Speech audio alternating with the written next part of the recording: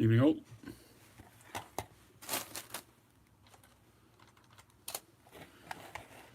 Right, let's get your messages up on the screen.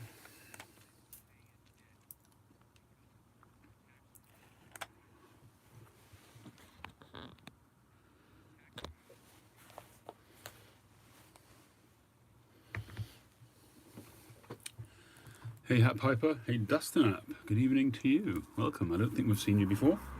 Thanks for joining. Pipes and Bees. The leather tray. Hey Daniel. The leather tray is from Agape Custom Leather on Instagram. I do get asked about those a lot.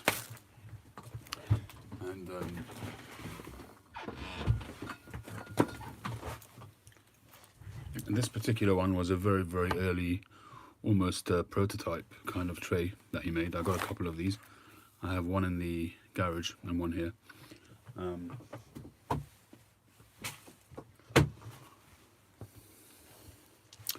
Daniel, I'm in middle of a pipe at the moment. I've got kind of 2 blocks on the way, and I have to decide which one's going to be number 100. I guess whichever one kind of looks better. Bit of an unusual situation. I wouldn't usually do that, but because it's 100, I want it to be something special. As you might understand.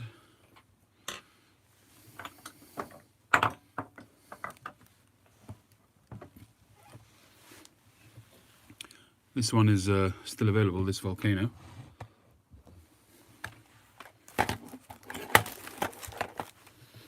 This is a non-filtered pipe. Beautiful grain on this one. Beautiful grain. As I say, this is a non-filtered pipe. It's got an army mount.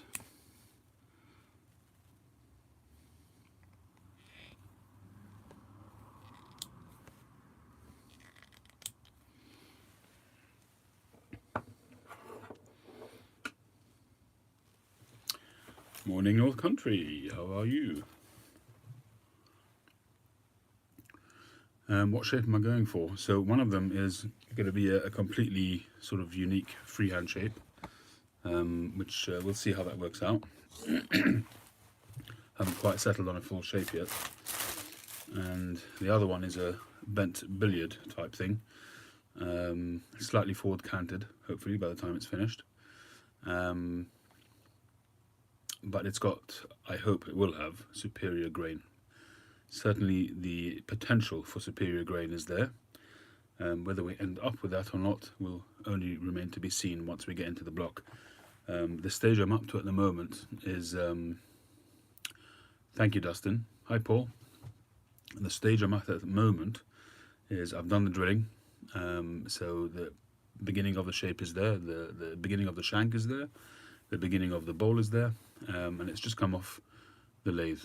So I haven't done any sanding yet, so it's basically a block with just, you know how it comes off the block. So this bit is shaped and this bit is shaped, and the stem's on, so that's as far as I've come. Hey Suffolk.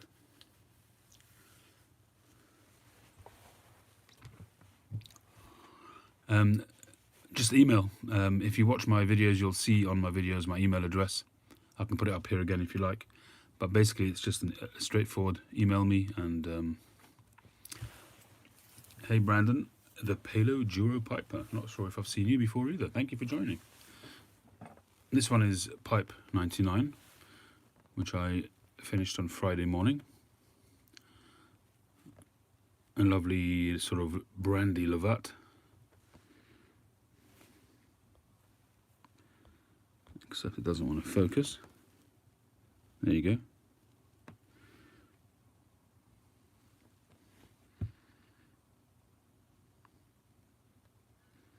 Nice grain.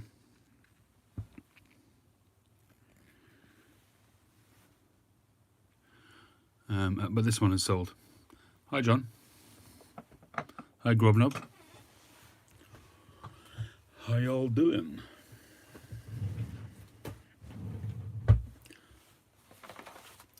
haven't lit a pipe yet. I'm thinking of possibly trying out that second tin of tobacco that I picked up when I went to St James's. I had a couple more of the pipes in for the High Stonehenge, High GP. A couple more of the Matches 860 pipes in. My daughter's fine now, thank you John, thanks for asking. She's all better.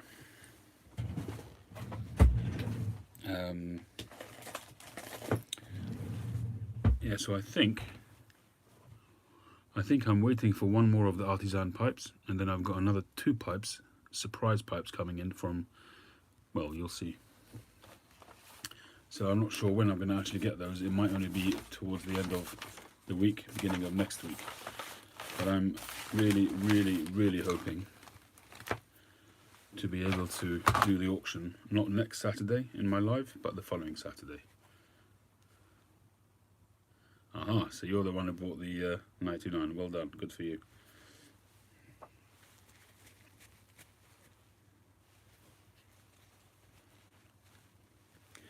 Actually, I managed to set up my drill press with the stamp. I'm still a little bit nervous about stamping finished pipes that I've sold. So at the moment, I'm really not keen on doing it in case I wreck it. So at the moment I'm still playing around with it, but I'm getting better at it. So at the moment I'm still using the old stamps. Hey Wildcat, hey Mike. See, the thing is that with 9mm pipes, because you've got quite a big area here, which is much thinner than the rest of it, if you compress that too much with a drill press, it'll just crack the whole shank. So I've got to be very careful. So some of these pipes, I'm just going to stamp maybe along the center there. I've had the stamp redone much smaller, and I'm still thinking that it might still be too big. I don't know. We'll have to see.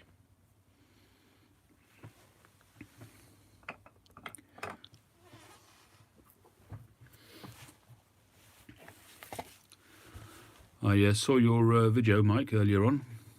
Looks like you're prepared for the tobaccalypse.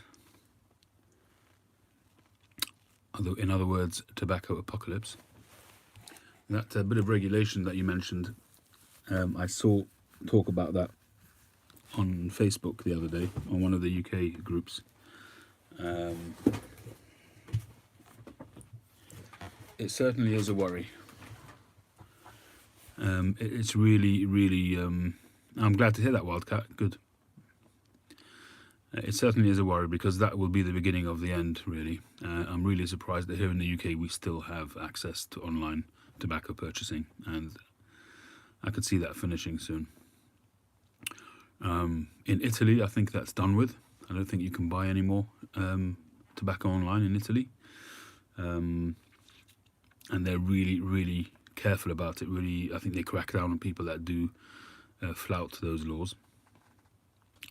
When I was in Venice, must be two and a half years ago now, maybe longer. There's a few little tobacconists, but there's one main guy, and his shop is still small, but he's got the most selection of stuff there, certainly in terms of cigars. And I asked him if I could contact him once I get back home, in future, generally. Can I buy stuff from you and you send it over? So he said, no, he can't do that, because if he gets caught, he loses his license straight off, no questions. So I said, can't you do it on a personal level, not from your shop, but just take some stuff home and send me a personal parcel? He said, no, it doesn't work like that. If he gets caught, if there's any connection from him to anybody else in terms of tobacco online or in the post, he's done for. A new B&M in Atlanta, cool. I don't get to visit new ones very often these days. Obviously, because you're so vast in the US, each state is going to have its own, and each city is going to have its own tobacconists still. I mean, cigars are still big in the US. It's huge. I don't know how that's going to hit the trade. If that becomes law in the United States, obviously lounges, I think they complement each other. You know, buying online and going to a cigar lounge complement each other. Going to, I could see how orange juice would go well with OGS, most definitely. There is a citrusy flavour to OGS, no question.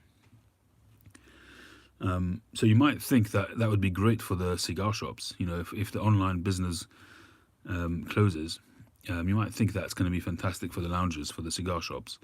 I'm not so sure. I think they go hand in hand. You know, you go to a lounge for a treat, for a little break, like I did in St James's last week, and you just chillax for an hour or two. If you can't then go and buy the stuff online, I could see a person sort of smoking cigars less and less and ending up not going to the cigar shop to have that occasional smoke because he's kind of gone off the whole hobby. I think they complement each other, the online and the B&Ms, and I think you need both, no question about it, because not having the B&Ms, not having the ability to have clubs, I mean, that would be the next thing, is that they'll ban pipe clubs or cigar clubs and things like that. I think the jobs, is the last thing on their mind, because it's a very small industry in the grand scheme of things. Of course, it's a big industry and there's a lot of people, there's thousands and thousands of people employed in the industry, but in percentage-wise, it's as a phrase which I am wont to use, it's statistically insignificant. Yeah, Daniel, sorry, I'll catch up with the messages. I'm just talking. So while I'm talking, until I get back onto the other message. I try to break off when I do see a message, but I was kind of on a roll. So, yeah, I think they go hand in hand. And I think if it becomes law, I think it would be a big shame. The only hope is that the people in the houses enjoy a cigar themselves, and perhaps they'll think of themselves and be selfish, like probably they are a lot of the time. It's the same here in the UK. You just watch Yes Minister or Yes Prime Minister, and whilst the stories are made up, the actual attitudes are very, very true, I think. So Daniel asked the most challenging pipe shape to make. I honestly don't know, Daniel. Some days, I'll tell you what does make a difference when you're making a pipe is the piece of briar itself. The briar that I'm working on tonight, it's cutting itself. You know, you get some briar where the wood turning tool just cuts through it like a hot knife through butter. And sometimes, you know, if you watch some of my videos, you'll see in some of the videos when I've got the turning tool on the shank, for instance, and I'm shaping the shank or I'm shaping the bowl, you'll hear a lot of noise, like that. And sometimes it's zzzz, and it's smooth, and it's just an indication to me of the briar, of the quality of the briar, and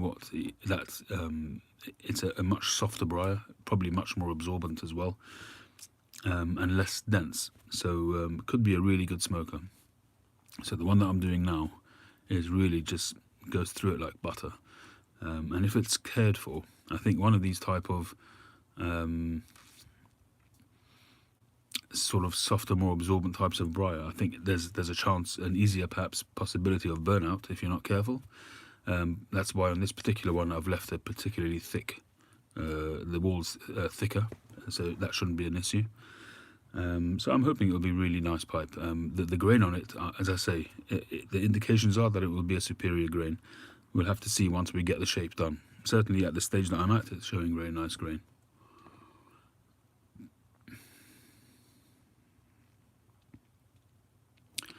The Umpal, well, the challenge with the Umpal, I would imagine, is twofold. Hi Carl, how are you doing? Thanks very much for your email. I'm sorry I haven't responded as yet, but I've been in the garage. An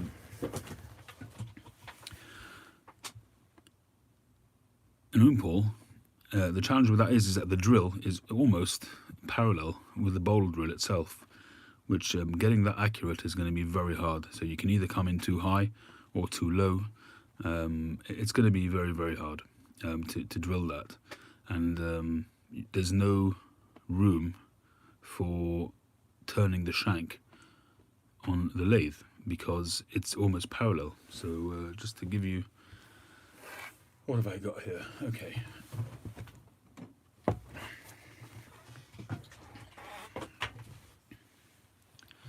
So this pipe here, yes, it's still here. You see, I don't really have a format for showing pipes that are still available, so people forget about them. I haven't got a website as such and that kind of thing, but anyway, in case you were wondering. So an umpole, if you imagine this being all the way up there, so it's almost parallel. See, this one, when you put this into the lathe, I've got, although I did this not on the lathe, I did this as freehand, but you've got from there to there that you could turn on the lathe. So you could put that in the lathe like that, parallel, and you can turn from there to there. So you get a nice circular shank. And the same goes with the bowl. So you could put that up in the lathe like that, and you'll get from there to there. You can't go beyond that because you hit the shank. So you go from there to there, and you can turn that. As I say, this pipe I did completely freehand, but so the umpole, imagine this is up here. So you've got, so basically forget this piece here, and you're basically up here, and you're drilling in the center of that, and then you're going down. You've got to go really like that. So you've got to drill your mortise and then drill again at a different angle over there, and you've got to hit it absolutely spot on. Otherwise you're going to be too high or too low. It's a challenging pipe to drill, that's for sure.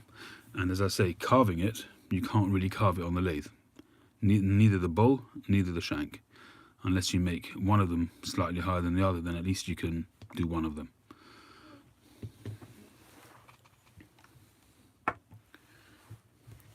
A calabash is actually even harder. I mean, you can do the shape. You can do the shape, the outer shape, but drilling it is I mean, I haven't even attempted that. I mean, that's, you're essentially drilling out the insides and gouging out what's inside and using possibly a turning tool inside the bowl. But that's a skill. That's a, you know, well, I assume once you know how to do it, you know how to do it. But it's something that I haven't even thought about attempting.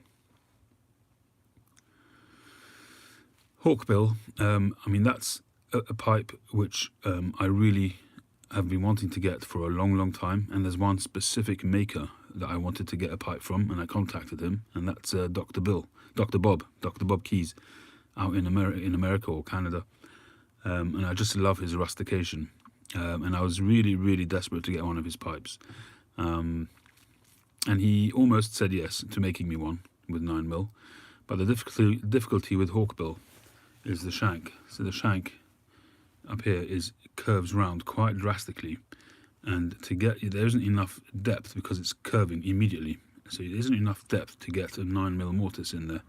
So I mean, I might attempt to make one myself with maybe a slightly elongated top bit of the shank maybe, but then I don't know how I would drill down to the bowl. So it's something which I'm tempted.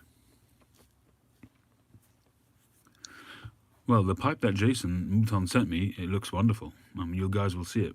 I haven't got any experience with his pipes besides for the one that he sent me, so I can't comment generally on his body of work, but based on the pipes that I've got, it looks awesome. It's a fantastic looking pipe. Very impressed with it.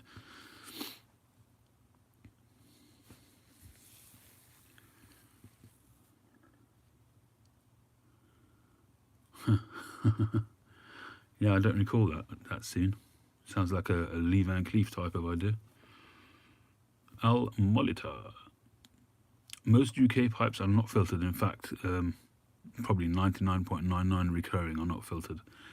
But I think that's on the increase a little bit worldwide. I think use of filters in pipes, I think, is on the increase. But certainly it's Europe and mainly Germany that uses filtered pipes. Good night, Suffolk. Thanks for joining.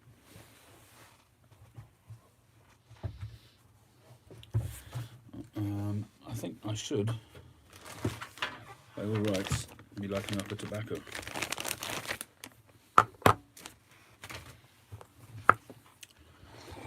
So you guys recall that I picked up a couple of tobaccos at JJ Fox's.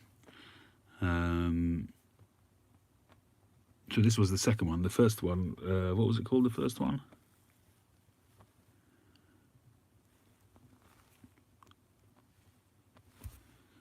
Can't remember.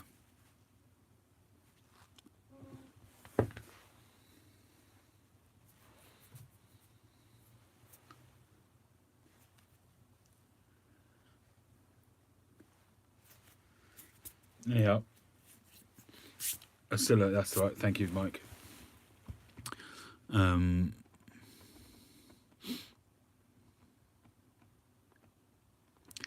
It's funny, you know, I've never really, and I've seen some of these films after I started smoking a pipe, but I never really took a great amount of notice during those films. And I think there's a big thing about, you know, pipe scenes.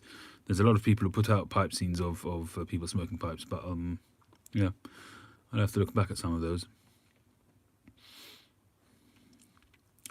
Yeah, I heard you say that about the Wingfield mixture. Can I see a major difference between my first pipes compared to the pipes that I make now, Daniel? For sure, a huge difference. Well, the first pipes that I sold, still a huge difference, but there's a big difference between how I made those pipes. I mean, those were kit pipes, so they were pre-drilled. The first ones that I sold, the first couple that I sold, I didn't sell many from kit blocks because I moved over to the lathe relatively quickly. But the ones that I made before I started selling pipes were horrendous.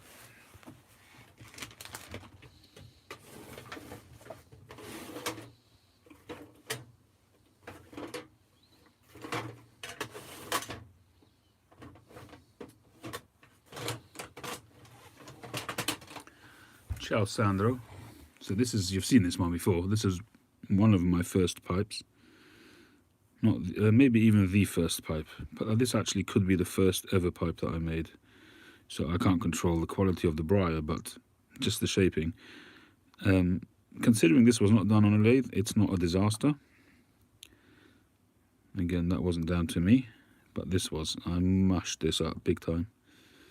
But as I say, considering it's the first time I ever tried to shape a pipe, it wasn't too bad. And it was smokable. Smokes no problem. So if we compare it, say, to this one, which is my most recent one, you can see a little bit of a difference there, I hope.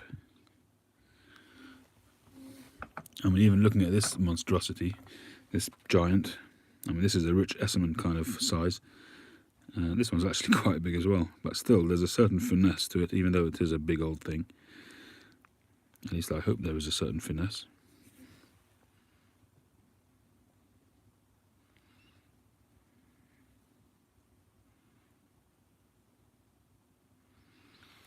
We love it. We love it. I love that. Well, I'm afraid that Lovat sold pretty much straight away.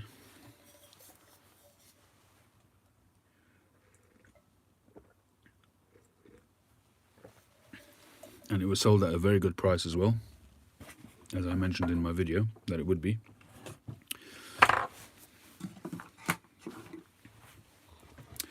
So, hey Tawny. So we have this one here. So this one also presumably has, let me just get tobacco reviews up quickly.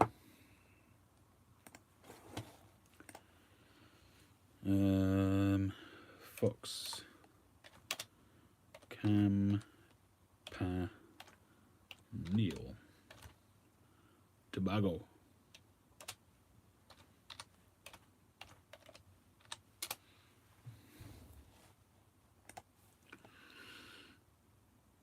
Okay, so the description of this Tobago is a blend of Virginian and flavoured with pure Turkish leaf. It embodies absolutely no black tobaccos and is a blend which is delightfully smooth and sweet down to the last shred. Now this sounds like it has potential. You got potential.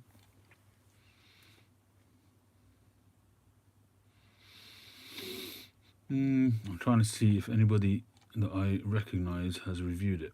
So DK has reviewed it, given it 2 stars. Uh-oh. Some people talking about Oscilla, making comparisons, but I'm not going to do that now. Jim Inks gives it a 2. Uh-oh.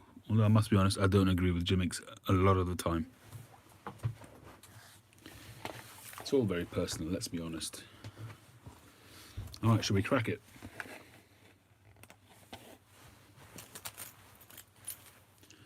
I've been smoking on this earlier on in the evening with OGS, of course. This is now my OGS pipe. my LCS Quebec.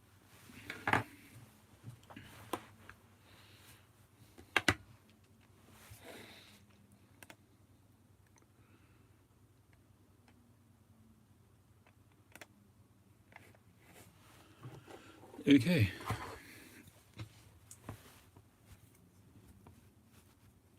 A lot of gold bags there you got there, Mike, on your shelf, on your top shelf.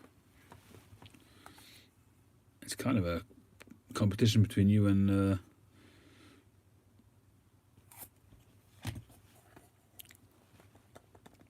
what's his name? The guy with the Danish sounding name. I forget. The one with the beard and the sunglasses.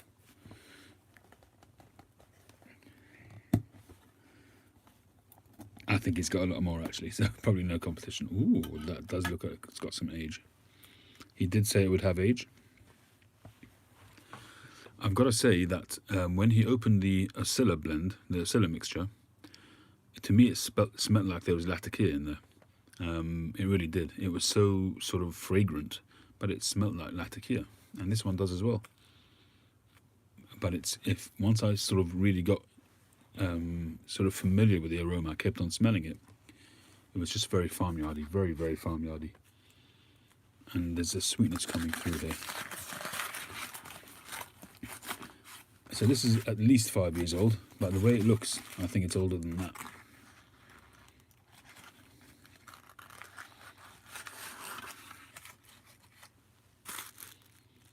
Oh, that smells good. I'm not a big ribbon sort of fan. I do like flakes, but sometimes they're just fantastic. And this one does smell nice and aromatic, which is good. It's like got like an essence kind of aroma to it, which will be those Turkish Orientals. So I'm actually quite looking forward to this one. And if I do like it, it'll be worthwhile. Actually, I actually was completely blown away when I bought these. Do you know how much they cost? Have a guess.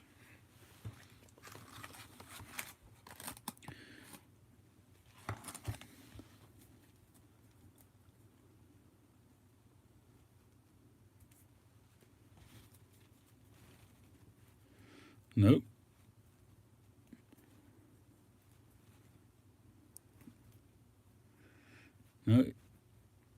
No, Sandro's closest. It was £20 something. And I was blown away. The last time I was buying Dunhill tobaccos in St James's, whether it was at Dunhill's shop or in JJ Fox's, Dunhill's was always the cheapest. So there it was about £16 or £17. Online it's about £14, £14.50. 20 odd pounds. What a rip-off. I was actually almost not going to take them. I really was close to just saying forget it. But the only reason why I really took these is because he said they had some age on them. Because these stickers have now changed. So I knew that he wasn't just having me on. And I trust the guy anyway. George is a great guy.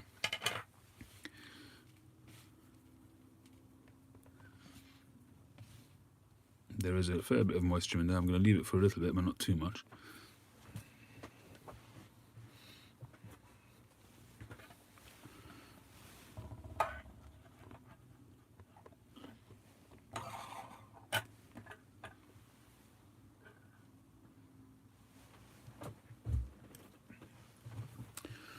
Okay, so I think we will nominate the Northern Briars Quebec as opposed to the LCS Quebec.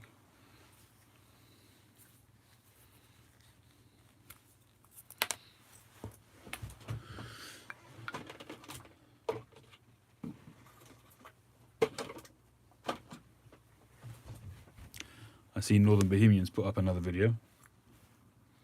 Controversial once again.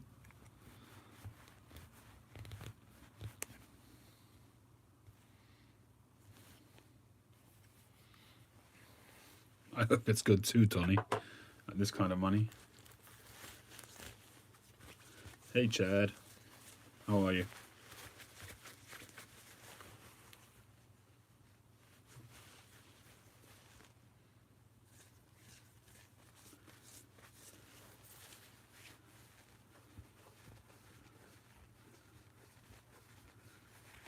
tired.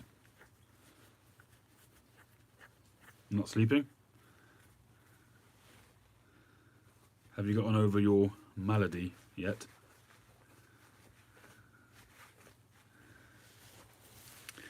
Yeah, Wildcat. That's his style. That's who he is. You know. That's. I don't necessarily disagree with the point he's making. I wouldn't necessarily make it in the same way as he's made it, but I don't necessarily disagree with it. And I'm not saying that I agree with it. It's an interesting point. It's Northern Bohemian, is the channel it's called.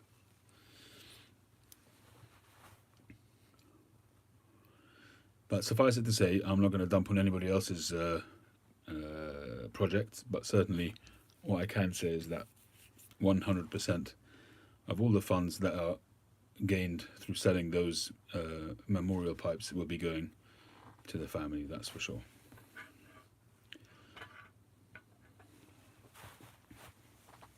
So as of today, I think we have 7 Tribute Savinelli 673 KSs. So they're made by artisan pipe makers, and as I say, there'll be an auction, a live auction in a couple of weeks' time, hopefully, and 100% of the proceeds will be going to the family. So you can certainly be confident in that, in terms of the funds anyway, going to a good cause. And I hope that they make more than their value. I really, really do, because it's really more about, it's more than just paying for a pipe. That's for sure. I hope so. I hope the community comes together for this one as well.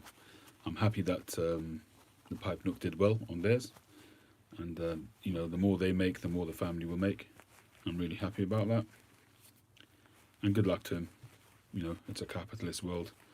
I don't have a problem with it myself.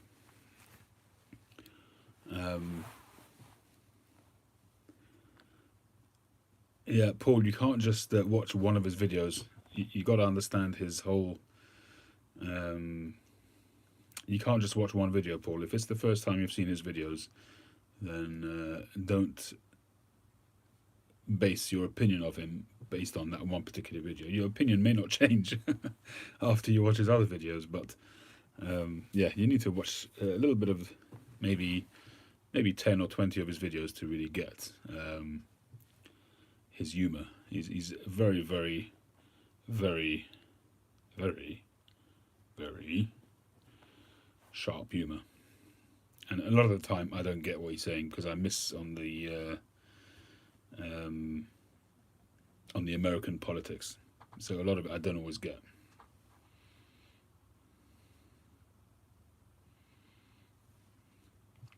You auctioned off some stuff for a diabetes thing several years ago. My brother. What? My brother. Lowball just to get stuff.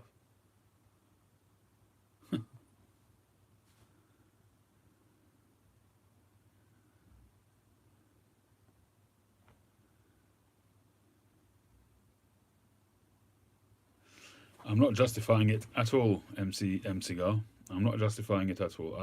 We've had this discussion in the past, so don't misunderstand me. I'm not justifying his humor. I'm just explaining that you can't base your opinion of Bohemian based on one video. Just to understand where it's coming from. I'm not saying it's right. I'm just saying that you have to get where he's coming from and to get his style of presentation. You got to watch a little bit more of his stuff to understand. That's all.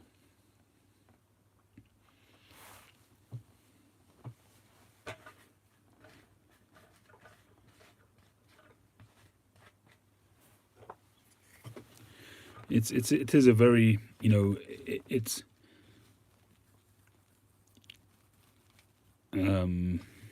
you know, the type of thing I was trying to compare it to was some of these shock jocks, you know, the people who make their point by shocking you, and that response that you give, that response that you have, is exactly the response that they're looking for, and that's the whole purpose of their style of presentation. So when you recoil in anger, and when you recoil in disgust, then his humor has worked. That's all. I'm not saying it's good, I'm not saying it's bad. I'm just saying that's his style, and his style relies on your reaction. It relies on an acute reaction. And for a lot of people, it's not nice. It's disgusting. It's offensive. And that's really just the difference in how some people will view his humor. If you are either you are offended by it or you're not.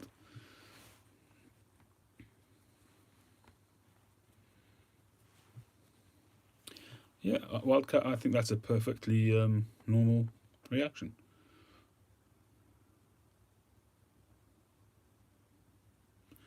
No, I don't think he gets it to get attention. I just think that's his style. That's just what he does. And he enjoys being offensive, and he enjoys seeing the reaction. I think that, well, I suppose, yes, I suppose you're right. It is a form of getting attention. And I think the more disgusted people are, the more offended people are, and right so on his messages, I think the more satisfied he is. Hey, Tim.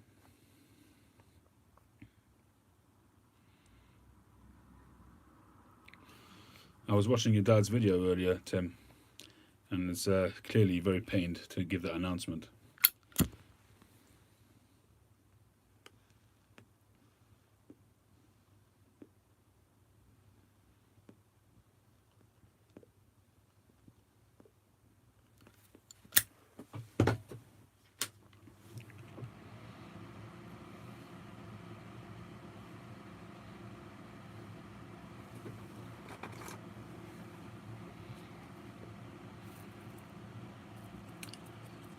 Well, I'll probably give him a call tomorrow, see how he's doing.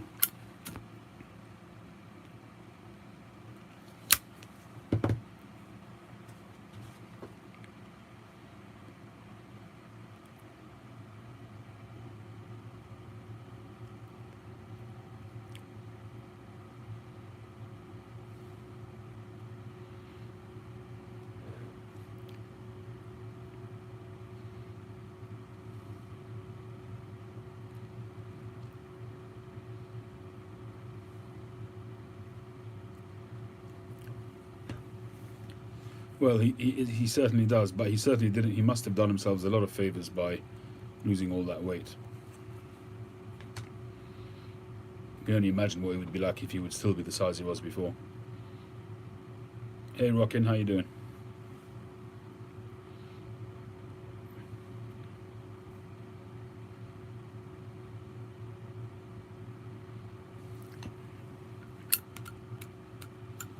Oh, my flint's gone.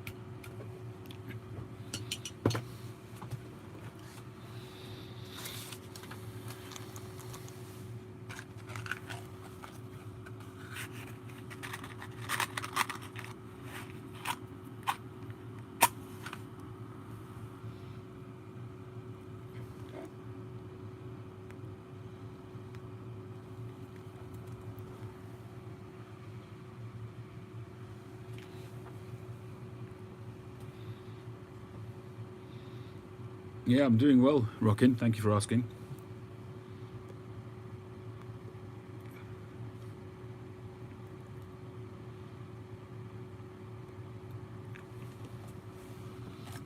Well, just trying out this Campanile for the first time, and that's certainly more what I was looking for compared to the Oscilla mixture.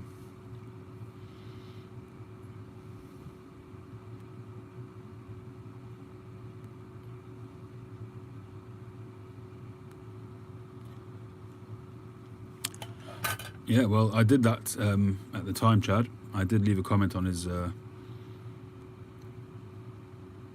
thought he'd gone too far.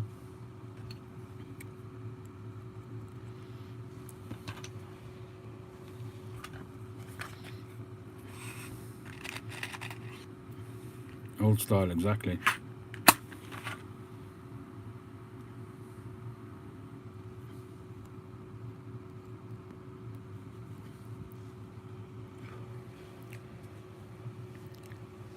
Well, as I say, I went to the JJ Fox's last week, and I asked them. I wanted a Virginia Perique Oriental, and this is one of the two that he recommended. The first one was Oscilla mixture, which I didn't really enjoy, and I need to jar that up for a while. And this was the second one. I don't remember if they said there's any Perique.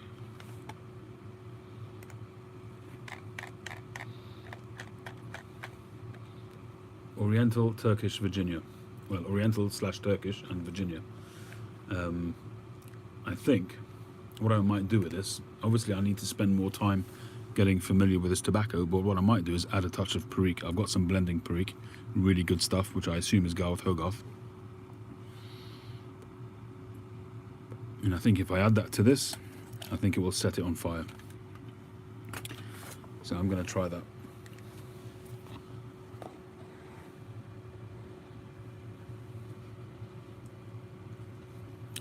Did I get your email? I must be honest, I got a lot of emails over the weekend on my pipe email address on Moscow Pipe UK, so I don't know. I tried to respond to quite a few, so I'm not sure. Did you write in the email that because a lot of times people's email addresses are very, very different to their handle on YouTube. Just did you identify yourself as Rocking Steady? Hey Tree. Hey Josh. No, this is the Northern Briars. Alright, so I will get back in touch with you, Rockin'. When did you send it?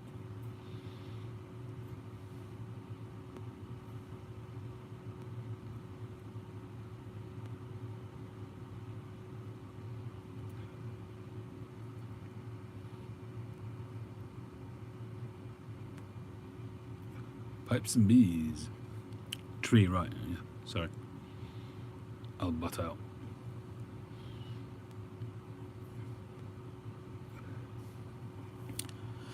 So no, the Saranov, this isn't a pipe that I made. This is, I've had this pipe a long, long time. One of my favourite pipes is a Ian Walker pipe, Northern Briars, and I modelled my own one on this.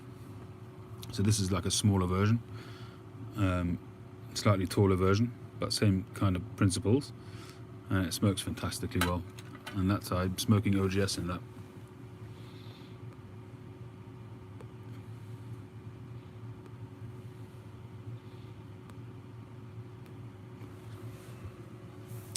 I think we like a little bit of chit chat, Chad. We're a bunch of women. We like to yachna, as they say in Yiddish. But you're right, of course.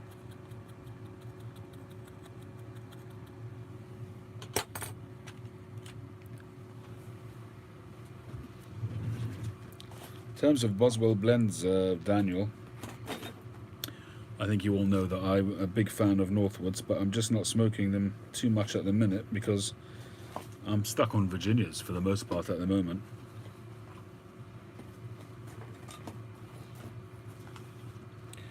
Now, it's always the case when you want something you can't find it. I saw them the other day, my flints, and now I need them. I cannot find them.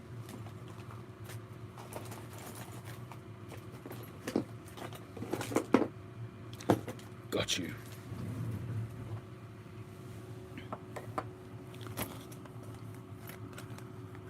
You're getting some Orly Golden sliced. Oh, cool. I bought these brushes a while back. Never used them yet. I think I got these from Boswell's.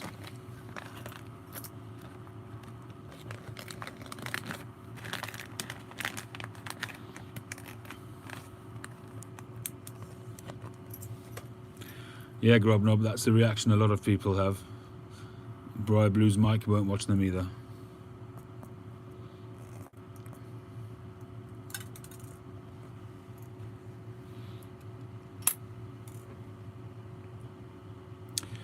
You see, I've got a slightly different perspective on it, and some of you may not like that, but that's just life, you know, you can't please everybody. But I've got a slightly different perspective. I think that if a person is evil intentionally, that's a different matter, then I'm not interested. I don't think that Northern Bohemian, I may be wrong, but I don't think that he's coming from an evil place. I think he has a very, very circumspect opinion about how we, because we're sort of so infatuated with pipe smoking and everything connected to it, I think a lot of what he's saying is that we kind of tend to lose a sense of perspective with the rest of reality, with the rest of our lives. And if you watched my video about my IPSD video, one of the things I said at the time was how you can actually almost have like a separate life away from the norm, away from your reality in the piping world, in the YTPC. And I think that I may be wrong, but I think that's where he's coming from. And I think he's just basically trying to say, you know, Matches was a human being like everybody else. Don't don't turn him into something that he wasn't. But nevertheless, and I'm not saying that I agree with him fully, but that's where he's coming from. So in order to make his point, I think he just goes too far. You know, he's everybody's entitled to their opinion, and ultimately, he's right. Matches was a human being like all of us, no different. But the bottom line is the reason why people cared for him so much, the reason why people were so fond of him, was what he gave to us, what he gave to the YTPC, the inspiration that he gave, the time that he gave, the stories that he gave, the beautiful sort of relaxed kind of presentation style, the stories. That's what people liked about him. And whereas Northern Bohemian is saying, yeah, great, you know, he's a nice, friendly guy. You know, it doesn't really go further than that. That's what he's basically saying. And for the vast majority of people on the YTPC, in that little sort of separate life that we have away from reality, Matches was, you know, up there as the father figure, if you like. And therefore, when you sort of put out a video that's offensive about him, then you're offending us all. That's essentially, I think, that's my take on it. So I do think he went too far in that video, and I told him so, the first video. I left a message saying exactly that. I didn't unsubscribe. I think he's very entertaining. I think at times he goes too far. This time he went too far, and I told him that.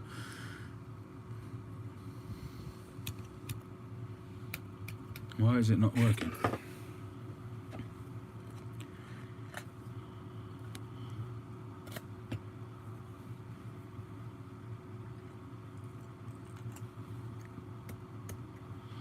I think there must be a little bit of stuff stuck in there, or it's too tight.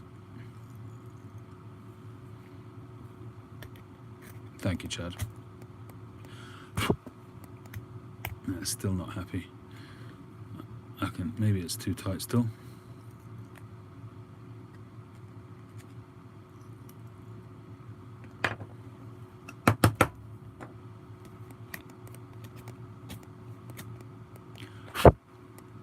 No. Yeah, I've been doing that, Carl.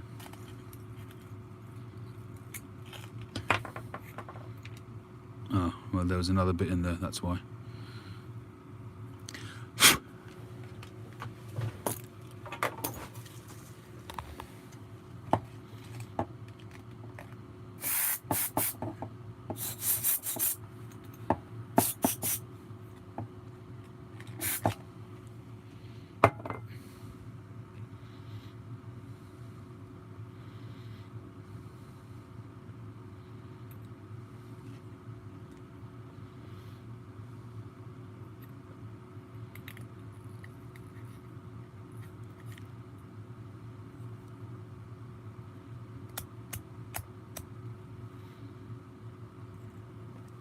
Yeah, Chad, there was a tiny bit in there. I've taken it out, but now we're not lighting at all.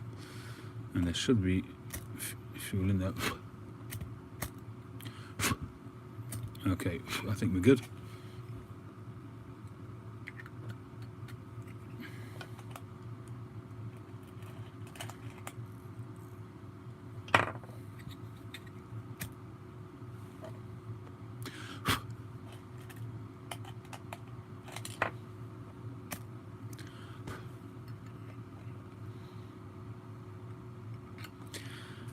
Yes, John, I think you put it very, very well. Last time when I talked about it, I was trying to think of presenters, entertainers who are of the same ilk, and Howard Stern's a good example.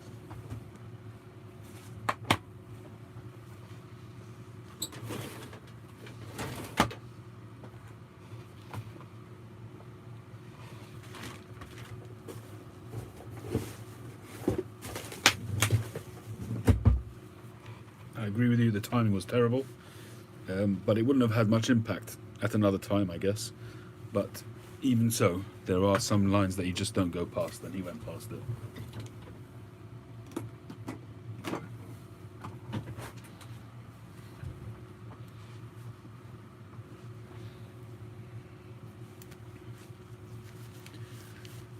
Yeah, the Pathé channel, I do see them every so often. The black and white ones go a little bit further back than my childhood, some of them anyway. But a little bit later on, those ones do bring back memories for me, and I love seeing those. I love seeing the Benson and Hedges adverts, because I can still remember them. I can still remember the Hamlet adverts.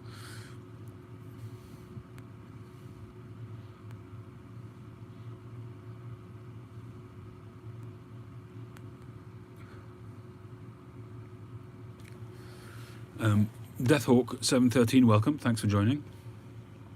I think the evaporation is normal.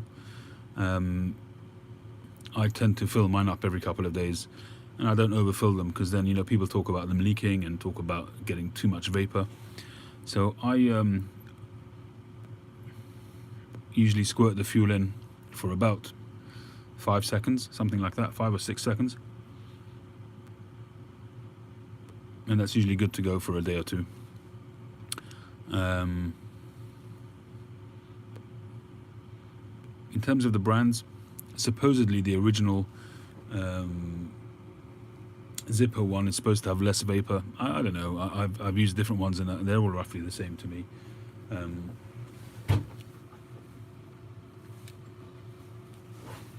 So I've got the Zippo and I've got the Swan.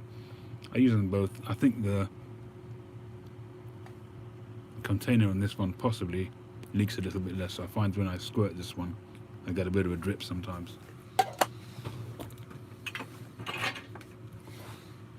But it could be just that particular tin, because they look identical, and to me it's probably just branded. I imagine they're the same product. It wouldn't surprise me at all.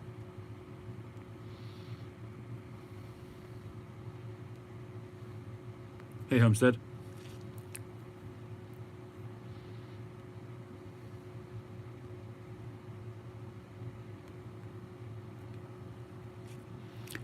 I've used the butane inserts, the Thunderbird ones, I think they're called. But I just I don't find them worth the hassle. I find that they're not accurate. I find that the flame adjuster is not accurate, and after a while they're just not that good. Oh really? It slows the evaporation? I didn't know that. I suppose less air gets in.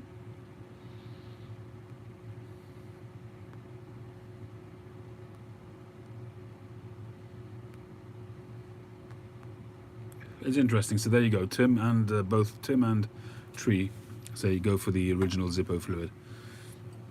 I can't say I've noticed much of a difference myself.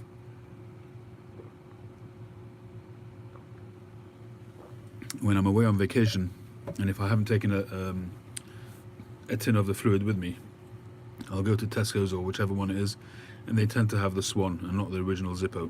And I didn't have a problem with it. If you go to some of the shops, like the kiosks that do shoe repairs and things like that, they sell Zippo lighters, and they tend to have the Zippo fuel as well.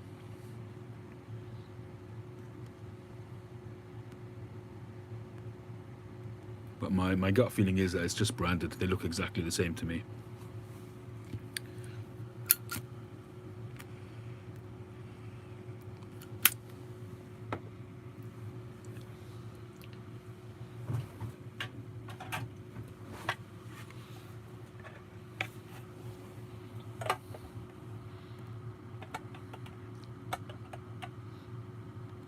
So they look pretty identical.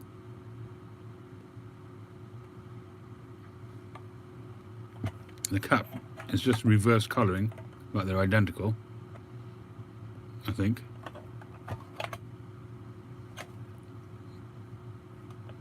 Actually, they're not identical. I'll take that back, folks.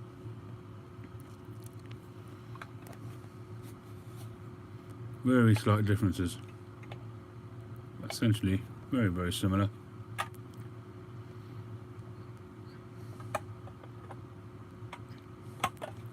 Wouldn't surprise me at all if they're made in the same factory.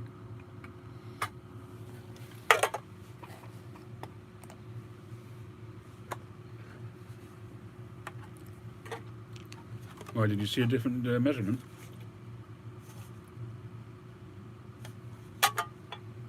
No. 125 mil on the Zippo, 100 mil on the Swan. So there's another reason to get the original Zippo. I will look up that deal, Chad, see if it's available here in the UK. By the way, Chad, you made a comment, a throwaway comment in one of your videos. Was it just flippant or was it actually true? You were holding that gift you got from somebody, that 4-ounce jar of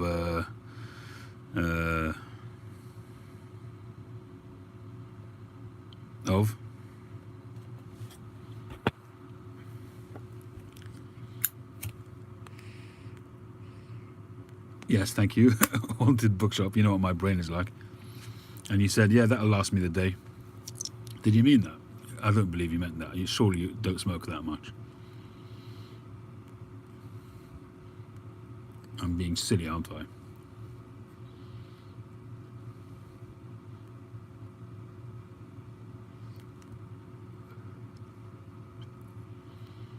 $10.50 for 6 cans. That is good. I'll have to do that. So I tend to buy these cans for about somewhere between £3 and £5.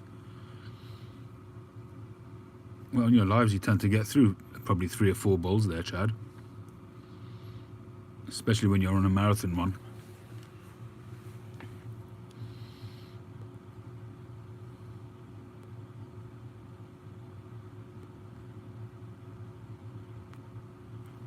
Right, this tobacco, this Campanile, this is actually exactly what I was looking for. A very, very nice, fragrant, aromatic, with a small a, aromatic tobacco. The Orientals sing in this blend. They really do not in the other blend. And I hope it's not just the age. So if I buy more recent ones, hopefully they'll be okay. Very, very nice tobacco. I think a little injection of Perique will just add to that. Very, very good tobacco indeed. If you smoke, for instance, Germain's Special Latakia Flake, this is a very, very close flavour, just without the smokiness. And it's actually quite amazing how close it is, despite the fact that there's no Latakia in there. It's very, very similar, and that's why I kept getting the aroma when I smelled the tin. But there's obviously a lot of Turkish in the Special Latakia Flake.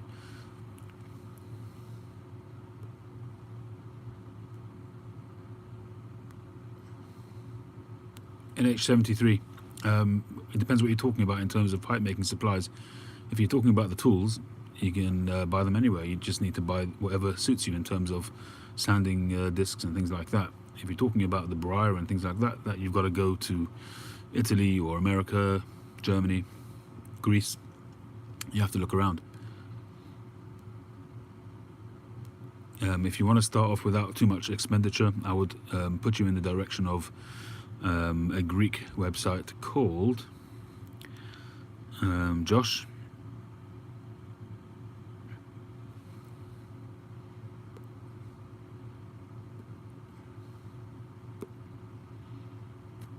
Can't remember. Alexander Briers, thank you, Jordan. Alexander Briers. So he's got some stems, he hasn't got the biggest selection, but his stuff is pretty cheap. And I would suggest that you get the really cheap blocks. Just check the measurements so you don't end up with really tiny stuff. Just check the measurements and just start with the Ebershorn blocks. Don't buy the Plateau, then no disrespect to him, but they're not that great anyway, and he charges a lot of money for them. Just get some Ebershorn blocks. He's got some really cheap ranges that you can get, and just play around, see how you go. That's what I did. My first probably 20 or 30 pipes were made with blocks from Alexander Briers, and I got some really cracking pipes out of them. I would say initially just go with the intention of rusticating them if they don't end up being great pieces of briar.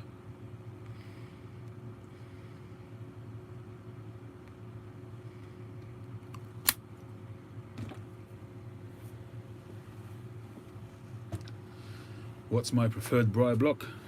The ones that I can get. I'm really not that into different places to get. I'm not that experienced, to be perfectly honest, to be able to say which ones are better than others. You know, people talk about getting Grecian blocks which you can't get anymore, or Corsican briar which is the best but you can't get anymore, and there's loads of different opinions, you know, but bottom line, when you've got a piece of briar on the block, if it's clean, if it's not too dense, and if it's giving you a nice grain, then that's a great piece of briar to me, because you can get the most expensive briar out there. By the time you get into the middle of it, you could be full of holes and pits. So there you go.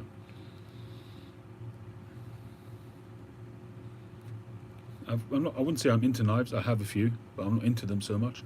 You're not allowed to have any locking type of mechanism on a knife here in the UK, regardless of size. So you can have a regular penknife, which opens and closes, but it doesn't lock into position. And legally, to walk around with, it has to be less than 3 inches. I think if I'm not mistaken. I'm sure Tim will correct me, but I think it's 3 inches. But to be honest, if you get stopped by a policeman and you've got a UK legal knife, but you don't have a good reason for walking around with it, they'll still want to know why you've got it on you.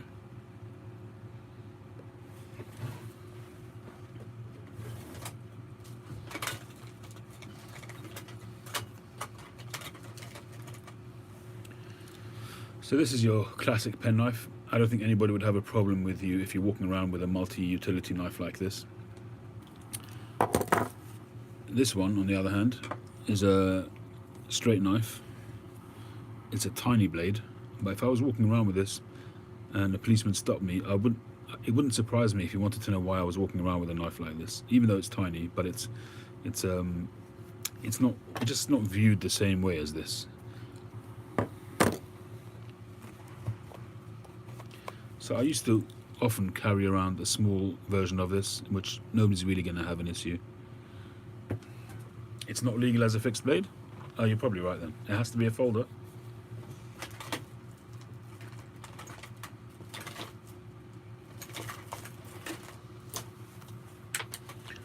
I didn't realise it had to be a folder. Fair enough. I stand corrected. I mean, my Victorinox knife, not my Victorinox, my where is it?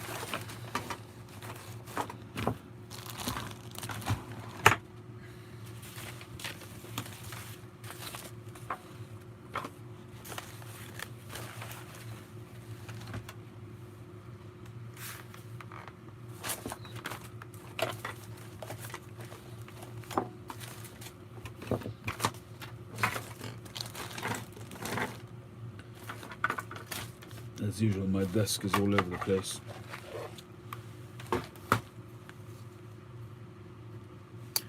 So this Spyderco, this is officially a UK legal knife. It's a UK legal carry officially. It's less than 3 inches, and it has no locking mechanism. It's a normal folder. It has a little bit of a click there, and then if you put your hand on the jimping there, you can stop it folding. So it's pretty safe to use. But this is a great knife. It's the knife I use the most.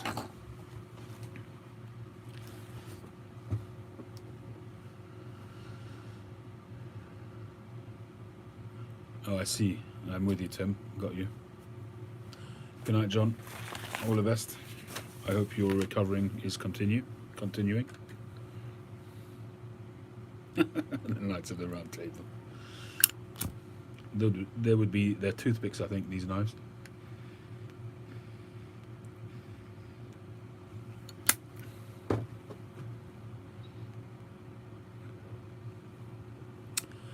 Martin Harrison, hi. Is briar expensive? It's all relative, really. If you're going to buy a block from Alexander Briars, you can buy blocks there for €5-6. You know, so it's really not that expensive. And you can buy some really large plateau blocks and spend $80 on it, no problem.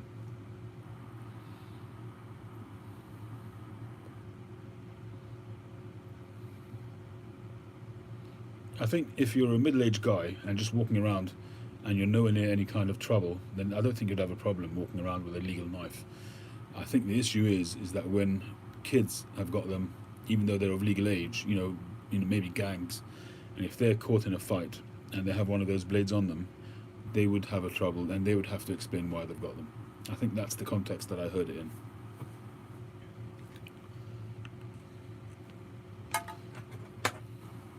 In other words, if somebody's got a knife, even if it's 1 inch, and they're in a context where it would be seen as an aggressive weapon, it makes no difference whether it's under 3 inches or not.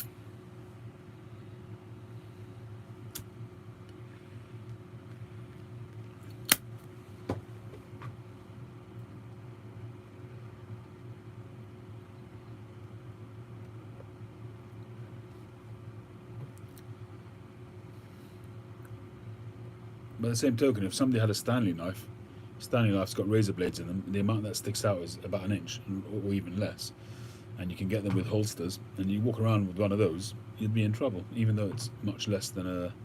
I suppose that one could be called as a fixed blade as well, I'm not sure.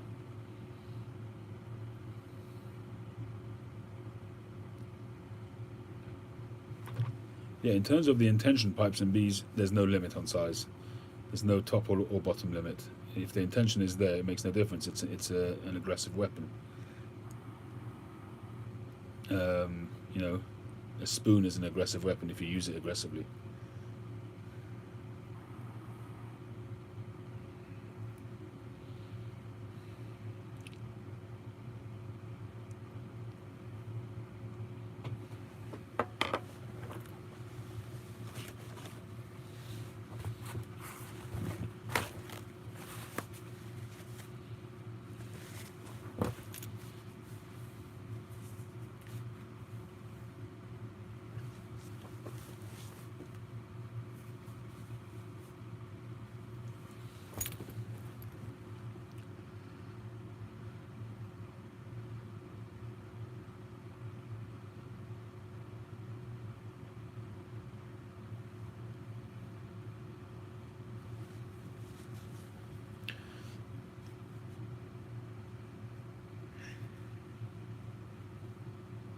A bulldog made by Fox, as in J.J. Fox's tree.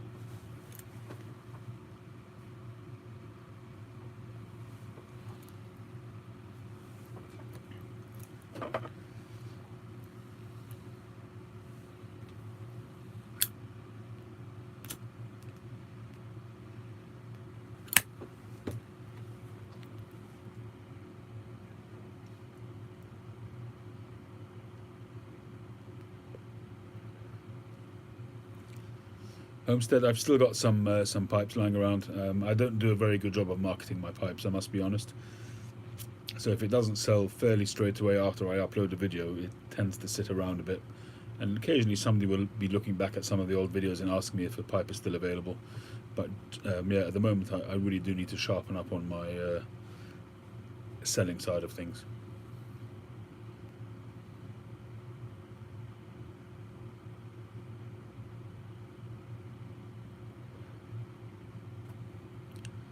Fox Grafton Street, is that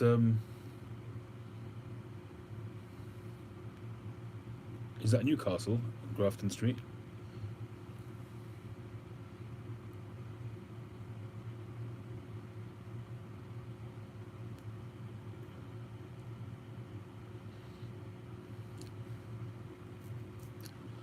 Oh, nice, Josh. Thank you. I was actually going to make contact with you again. I thought maybe you'd forgotten about it.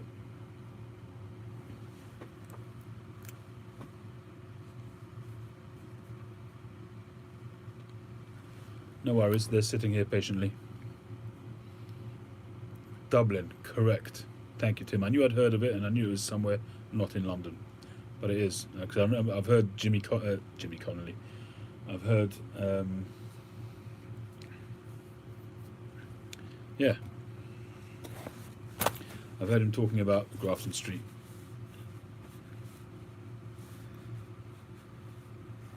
Not Jimmy, Billy. I tell you, my brain is ridiculous.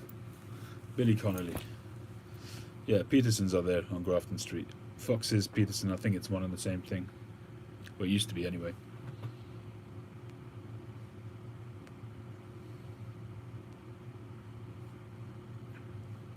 I still have my Stanwell pipes. I think as of this moment in time, I have 3, if I'm not mistaken.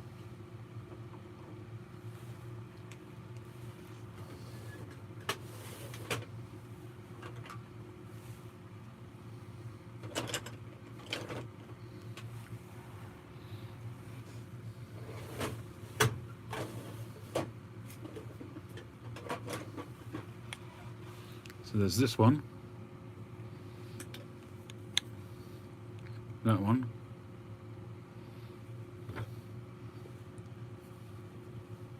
I restained this one black,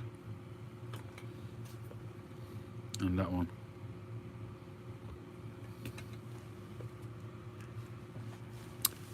The Radice pipe, I smoke it every so often. It still needs breaking in properly, but it hasn't been giving me the most wonderful smokes. I have to find the right tobacco for it. It just needs to be smoked more, to be honest.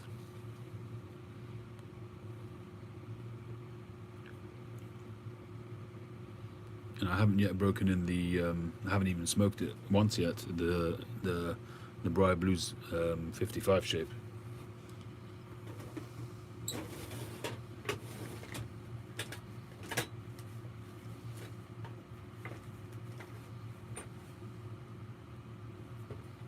Speaking of which, where is it?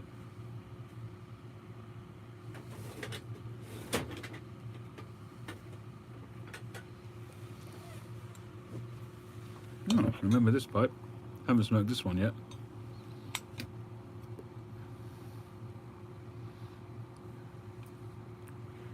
That's a stem I actually made myself.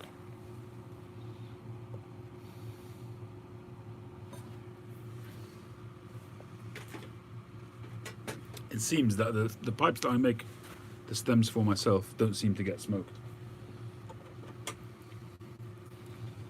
This was the other one that I made the stem for. I haven't smoked this one yet.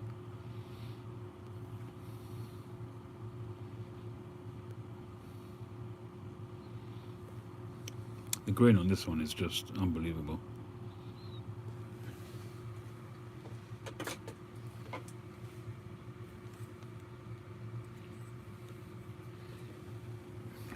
This pipe is still available.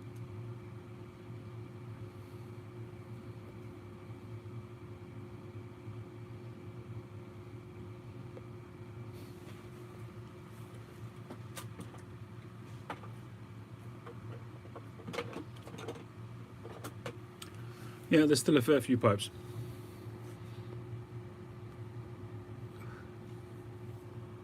Stanwell Billiards, nice.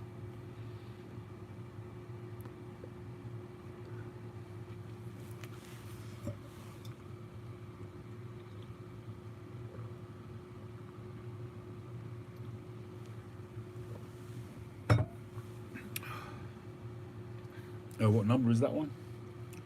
I'm not sure. I haven't put the number on the. I tend to put the numbers on when they sell. I should really change that. I should really, once I've got the stamping really down to a fine art, then I'll probably do that as part of the process of making the pipe. The stamping stuff is out in the garage, whereas the old stamping that I've been using is here in my office.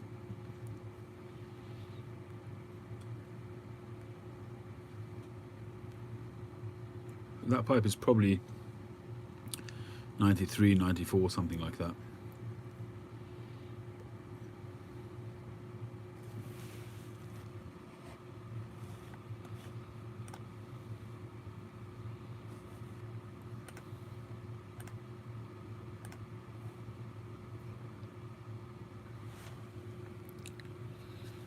This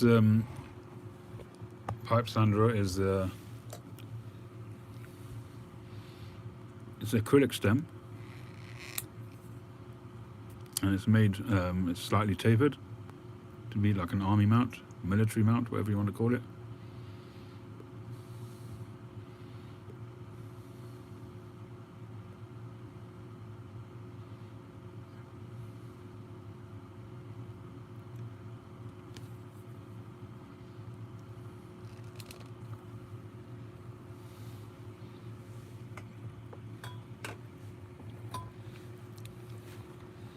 When you say dedicated pipe rack, what do you mean by that? I've got about half a dozen pipe racks. There's a couple there, and then I've got 3 or 4 of just the regular. In fact, a couple of them were made for me by and gifted to me by a guy that I'd sent a lot of stuff to, tobacco and cigars. I can't remember his name right now. Probably Tim will remember.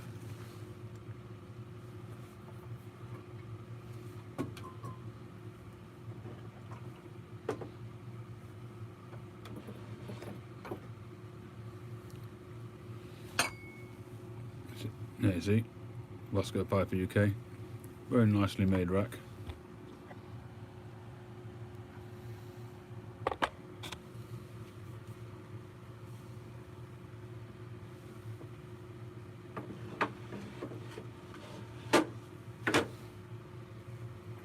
All told, I think he made me 3 racks.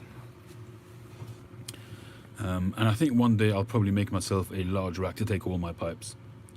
I would like to do that at some point. I was thinking of making something to go in the corner here, so along there and there, and really just put in the pipes that I smoke. The pipes that I smoke fairly regularly, so it's probably going to be somewhere between 20 and 30 pipes. The more I smoke my own pipes, the less I'm smoking the pipes that I've purchased in the past. I've actually been thinking about that quite a lot over the last week or so, whether to start selling off some of my pipes. Wow, that's nice, 46. The oldest pipe in my collection, well, I did have a Dunhill from the 1920s, which I sold. I had it on for sale for quite some time, but I sold it eventually. The oldest pipe that I have now,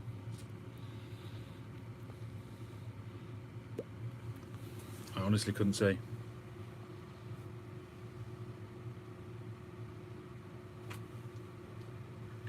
If I had to guess, I'd probably say this GBD pot.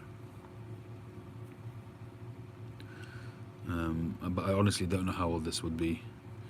It's not silver, so there's no the hallmark there is not a silver hallmark, so I don't know. Probably somebody can date it from the type of stamp and that kind of thing. It's a GBD Jubilee, smokes fantastically. I use this for latakias, but if I kind of pursue this Oriental situation, I might use this for that. Because the flavors are so close.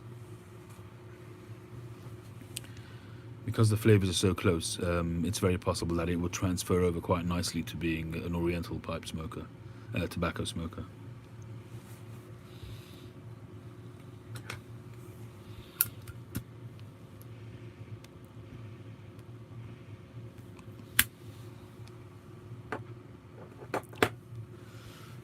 Saranov, it's a very subjective question. It's a topic which is well travelled. My personal experience with Dunhills is I've probably had somewhere between maybe 7, 8, maybe 9 Dunhill pipes over the years.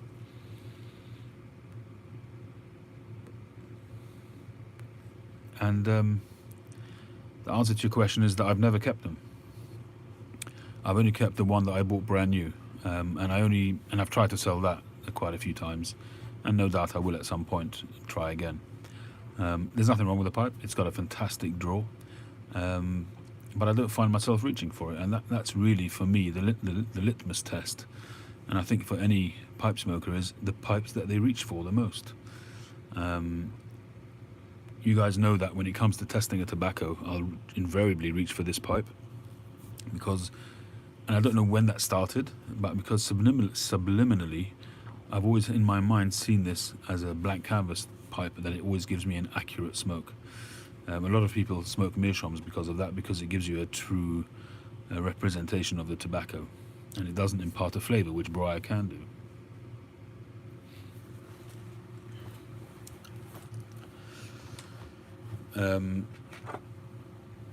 So to answer your question about Dunhills, you know, some people that absolutely adore their Dunhills and they think that they're the next best thing since sliced bread.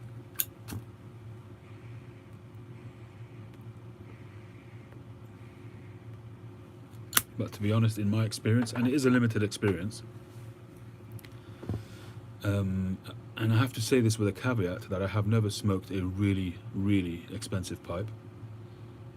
I've never smoked a pipe which, say, costs £1,000, for argument's sake.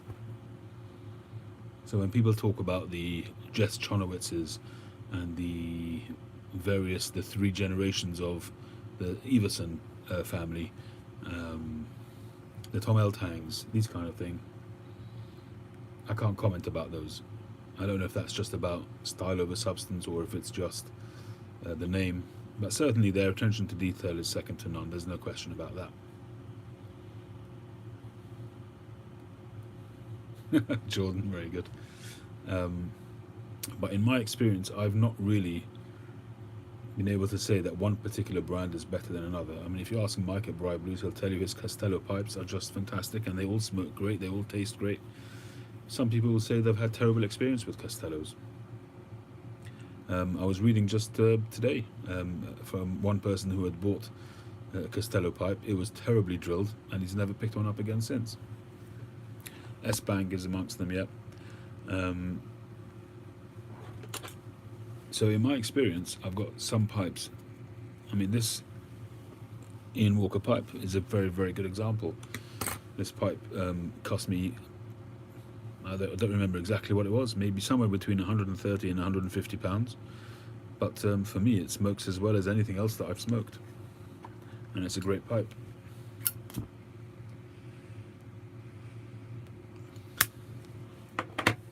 And with all humility, I'll say that this pipe, which is a humble LCS Briars pipe, so made by me with very, very little experience in pipe making, and this one smokes as good as anything else that I've smoked. It really does, and I say that with all honesty.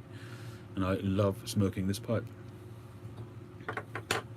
So I don't know, a lot of it, there's so many things, so many factors which have a contributory effect on the quality of a smoke. It's the tobacco, it's your own sense of mind, sort of equilibrium at the time, your mood. It's the weather can have an effect, the chemistry in your mouth, the piece of briar, whether the last time that you smoked it, whether you've aired it out properly, whether it's still got flavors from the last smoke in it. The tobacco, have you dried it out the same? Is it too wet? Is it too dry? Have you packed it too tight? Have you packed it too loose? Are you drawing too quickly? Are you nervous? There's so many things which make which you got to breathe as well, otherwise you choke. There's so many things which make a difference to each smoke. I can still remember to this day, I remember recording the video at the time. It was one of my morning drives and I was smoking some Northwoods, and it was just the most sublime smoke, and I wanted to recapture that. I enjoy Northwoods anyway, but I still remember I smoked that in my Soren Refberg pipe, non-filtered at the time. It was before I went to filtered pipes, and it was just a sublime smoke. I no longer have that pipe, sadly, but sometimes you just want to recapture that. And sometimes, when I'm smoking Orlik Golden Sliced in this, and I come to the end of the bowl and I think, and I'll reload it, and it just won't be the same,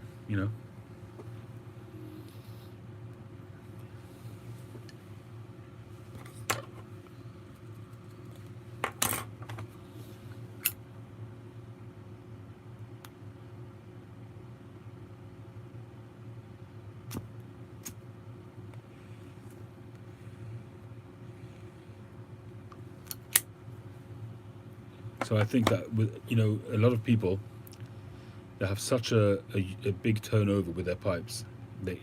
People who are collectors, and then you've got some people who smoke their pipes and they just keep on smoking. They might only have half a dozen pipes, or even 3 pipes or something like that, and they'll just keep smoking those pipes, and it won't really matter. They're not going to sort of be anal about it and sort of analyze every single smoke and see how was it. They're just smoking their tobacco. They're just vehicles for smoking tobacco. And you've got some guys who literally have a notebook and will make notes about every single smoke that they have in their pipe. It's different for everybody.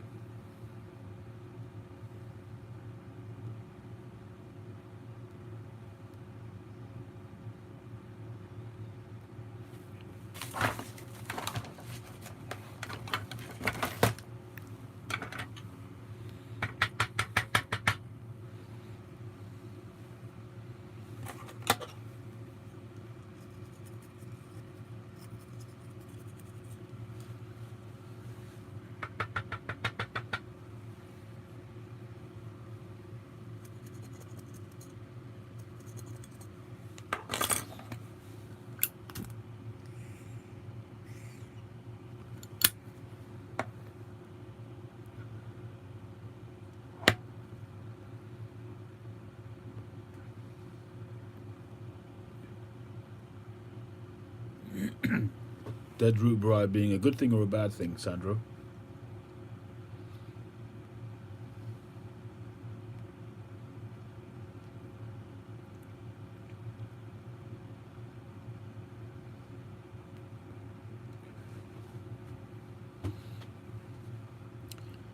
I'm not grading my pipes at the moment, no.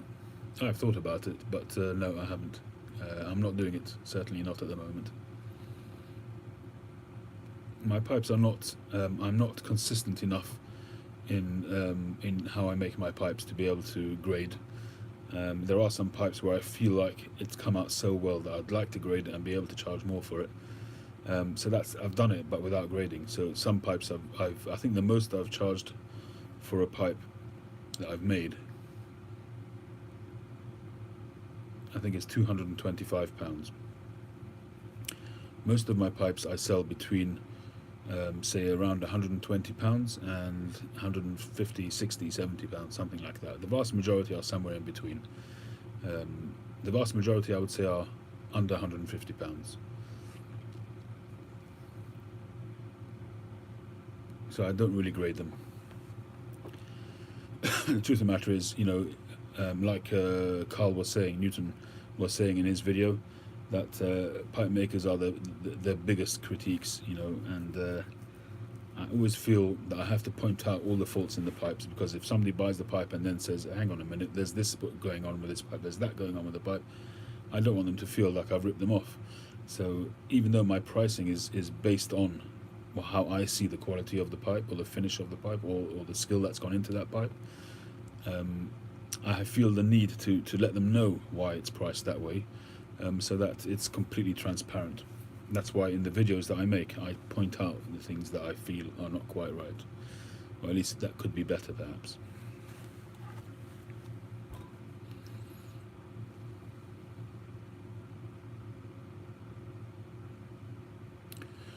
I wouldn't say that I've sat down and tried to make 10 of the same pipe, but there are some shapes which I feel more comfortable making, and I can make them and repeat them. They wouldn't be 100% an imitation, you know, to the millimeter, but the overall shape would be pretty much the same. So one of the shapes which I've been doing recently, which I've done quite a few of, is this kind of idea, and they are fairly similar. They'll all be, you know, slightly different shapes and slightly different size bowls. Maybe one will be rounded than the other, but essentially it all comes with experience.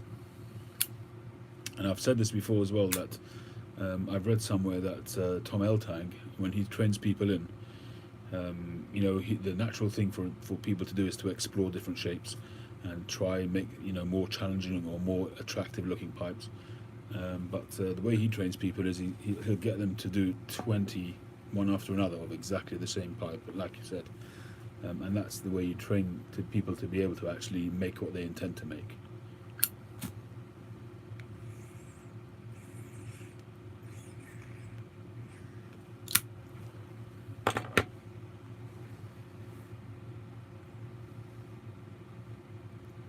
So I mean, people have asked me what's my style.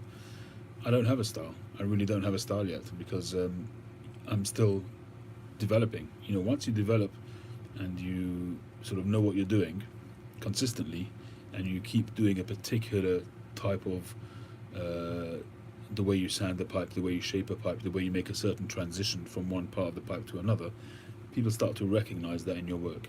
And but I'm not at that stage yet.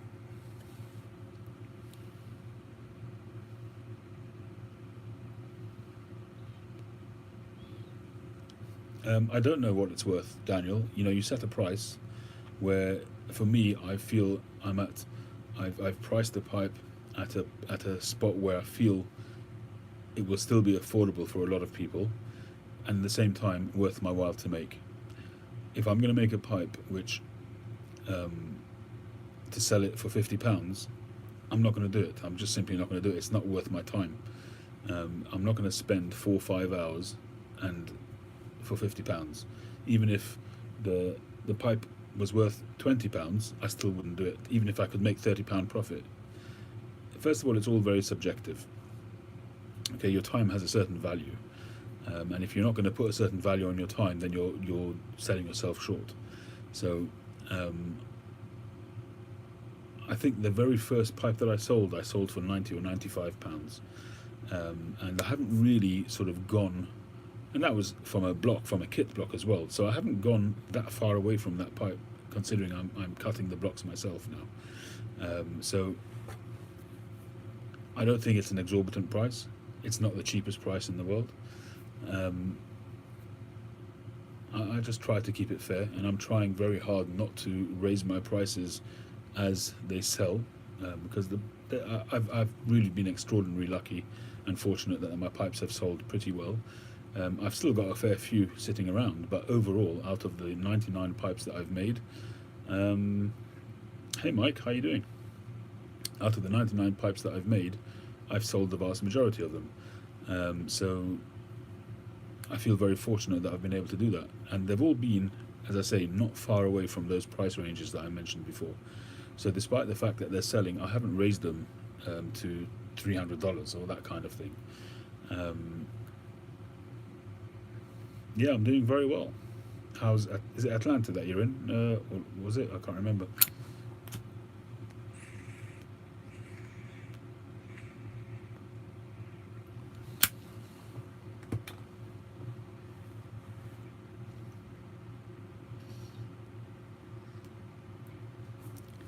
Have you just come on, or have you been lurking in the background, Mike?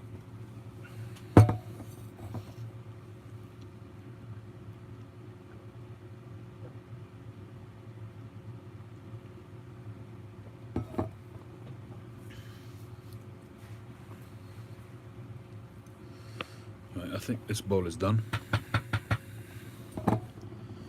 There you go, that was it. It's almost to the heel. I smoked that without any bad flavors, without any bitterness. Oh, fantastic, Mike, that's awesome.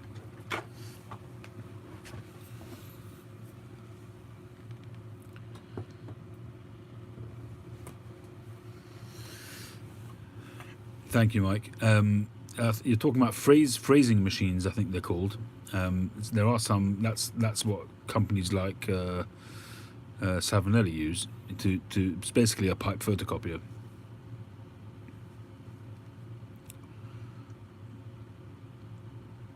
Yeah, Daniel. I mean, absolutely.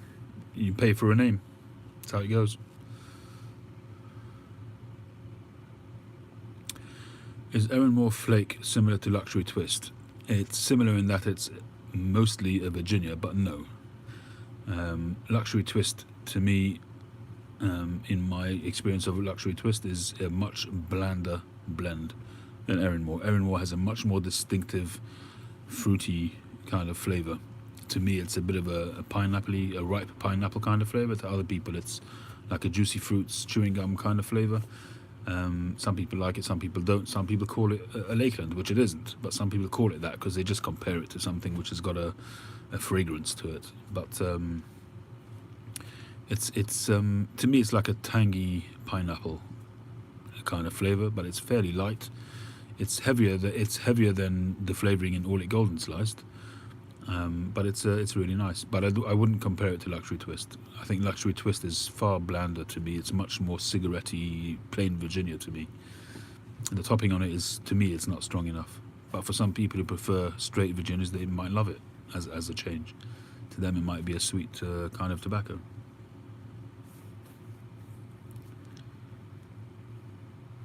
I can't answer that, Daniel, because I haven't got experience with $800 pipes, $700 pipes. I don't have that experience. I haven't smoked them.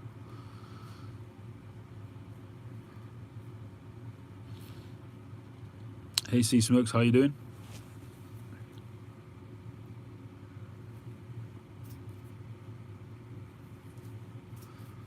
But what I was saying before, Daniel, is that in my experience, from pipes from which cost £20 up to pipes which cost £300, because I do have experience in that range, I don't really see yet. I have not been able to see anything remarkably different between the £20 and the £300. Perhaps the finish and the make and the name, but in terms of the quality of the drill, in terms of the quality of the smoke, I haven't really seen a huge difference. And as I've told you, the ring grain Parker pipe that I have, I don't know where it is right now.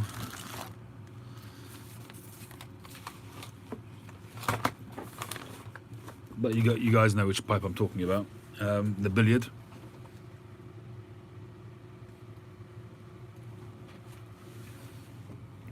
That pipe cost me, I don't remember the exact amount, but it was certainly less than £50. It was a basket pipe at JJ Fox's, and it smokes very, very well. It's a beautiful pipe. It's got a fantastic sandblast on it, and it smokes very well. And that could have been a Dunhill if not for perhaps a slightly askew drill on it. But other than that, it's fantastic.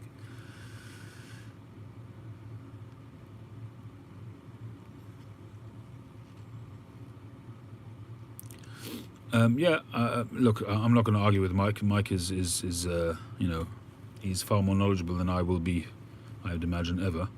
But that's certainly going to play a factor in it, the grain, the size, and the carver's name. But you know, I think nowadays there's a lot of people paying fortunes for small pipes, and the grain. I mean, the grain is it. Yeah, I mean, certainly grain is probably going to be the greater factor for a lot of pipes, whether it be smooth or sandblasted.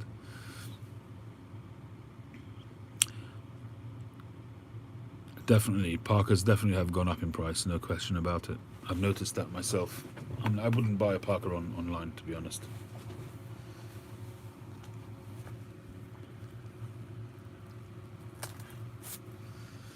And the reason for that is because the Parkers, certainly the older ones, although they claim not, but they were made in the same factories as Dunhill, and so for whatever reason it didn't make the grade as a Dunhill. I'd want to see it in my hand before buying it.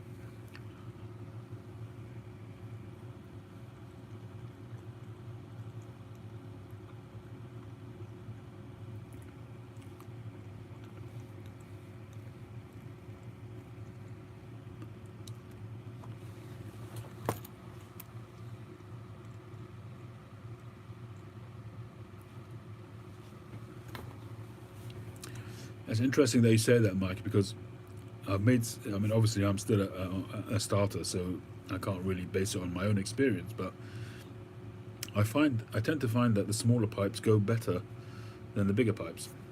They sell better than the bigger pipes because they're just more smokable, unless somebody's particularly into big pipes. I find that the smaller ones, they just tend to go quicker.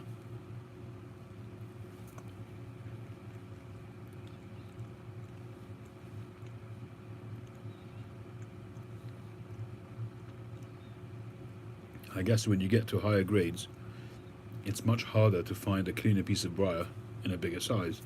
So if you end up with a superior grain on a pipe which is very small, presumably you've had to work hard to get to that grain to cut away at any bad spots. So the bigger the pipe with a smooth and a clean grain, the harder it's going to be, the rarer it's going to be, I guess.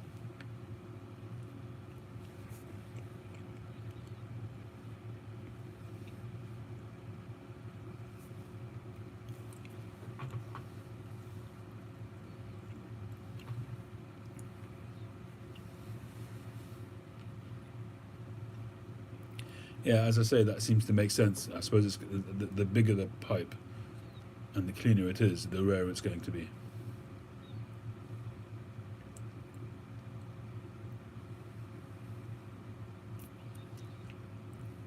Oh, nice. Sea Smokes, what did you buy?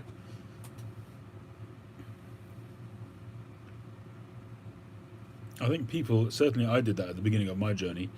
In the beginning, I certainly had bigger pipes.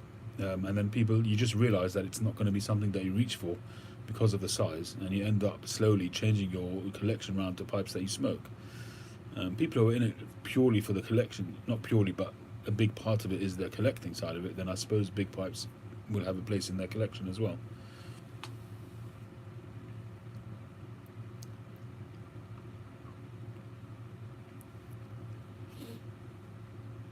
Very nice, very nice. Mike again will be able to answer that better, but I think that That's an interesting point, Mike, as well. That the tobacco pricing affecting the size of pipes, but I don't know. I suppose you could fill your pipe as much as you want or as little as you want. Hi, Brian. How you doing? But Daniel, in terms of estate pipes, ideally you want to buy it from a reputable dealer. You'll pay a bit more for that, but at least they'll give you an honest. When you ask them questions about the pipe, you can ask them about the drill. You can ask them about whether it smells like it's had some latakia in it or if it's had Lakeland in it, and an honest dealer will give you um, a good description.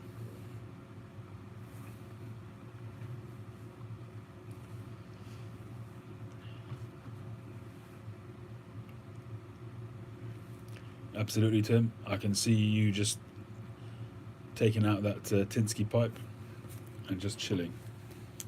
That's a lovely pipe.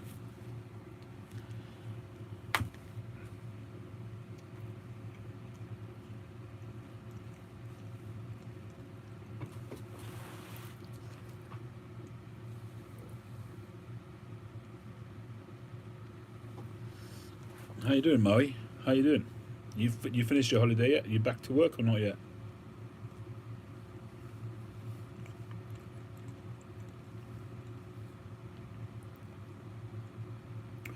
There's a Grafton Street close to St James's. Yeah, but I'm pretty sure that the Fox one that he's referring to is the one in Ireland. That's famous.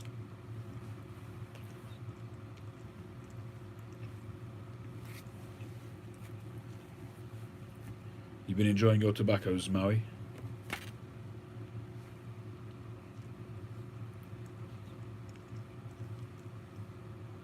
Enjoying your McClelland Virginias?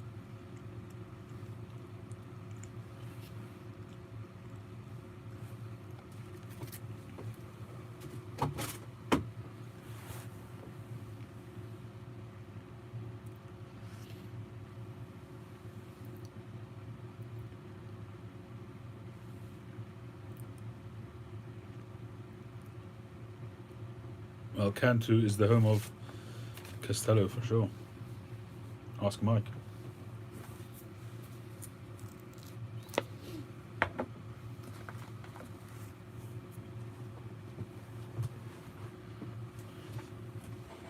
The LCS 36. Wow, was it that so far along ago? That's unbelievable. And that was actually a very nice pipe.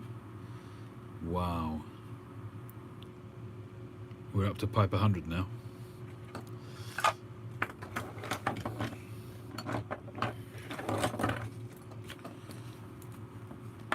You know what? I'm going to give the Radice a go. It really needs some love because it hasn't been working for me.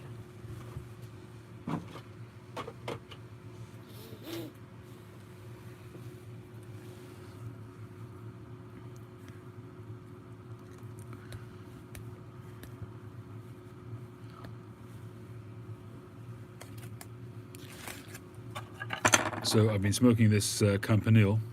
It's an Oriental blend, a Virginia Oriental, and really enjoyed that first bowl. I'm going to have another bowl. I'm going to have it in the Radice now and see what it's like in the Radice. It would be nice to make that Radice, to dedicate it to a tobacco. At least it'll get smoked.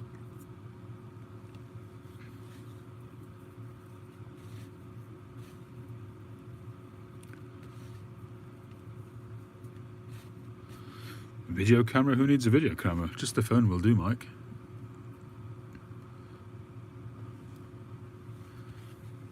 Cheers, Jordan. Thanks a lot.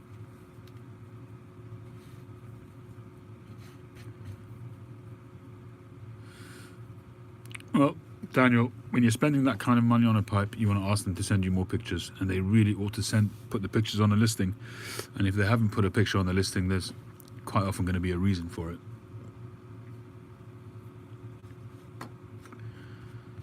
If it's a regular seller of pipes and they don't put a crucial part of it on there, you'd want to ask a question as to why.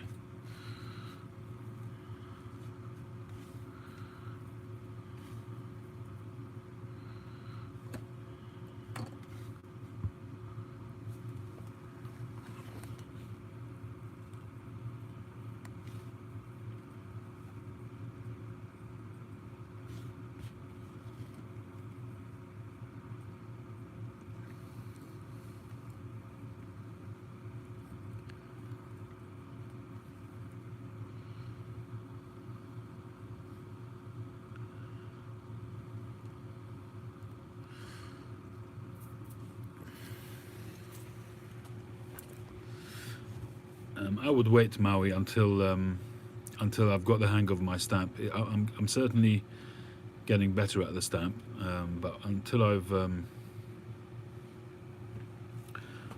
really got it down to a fine art, I'd rather not stamp any finished pipes with it. I don't want to ruin a pipe. You know, if I get a stamp on and it's not even and it's only half showing sometimes, which I'm getting on some of the times that I'm stamping, I don't want to do that to a pipe.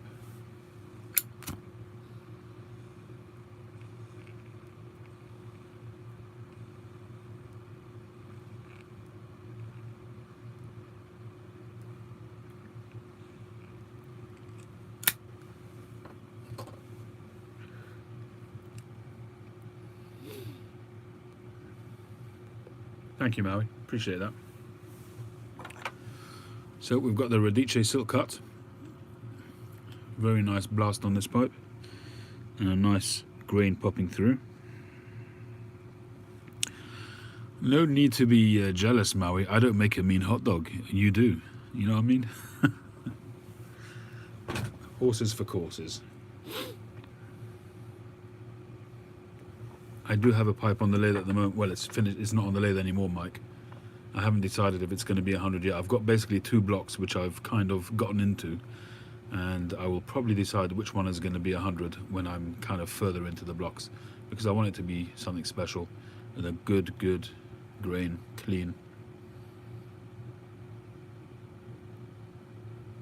So I'm into 2 blocks at the moment, so I can genuinely say that it's number 100 because they're both kind of started, but the one that gets completed will be 100. The one that gets completed first.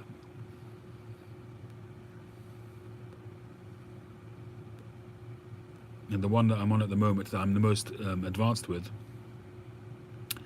it looks like it's going to be a bent billiard, or a bent, slightly canted bent billiard, or cutty. I'm not quite sure yet on what the finished shape will be. But hopefully it will have some really good grain.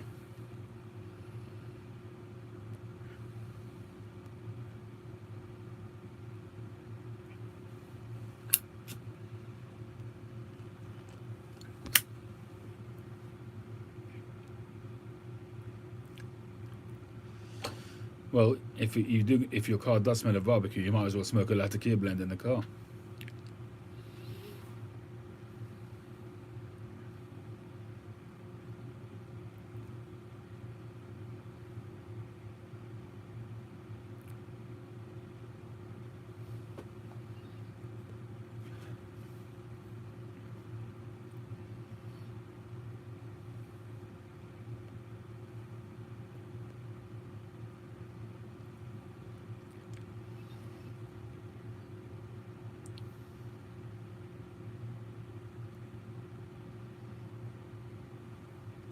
What's that, Maui? Never to Latakia. It's actually tasting quite good in this pipe. Might make use of this pipe yet.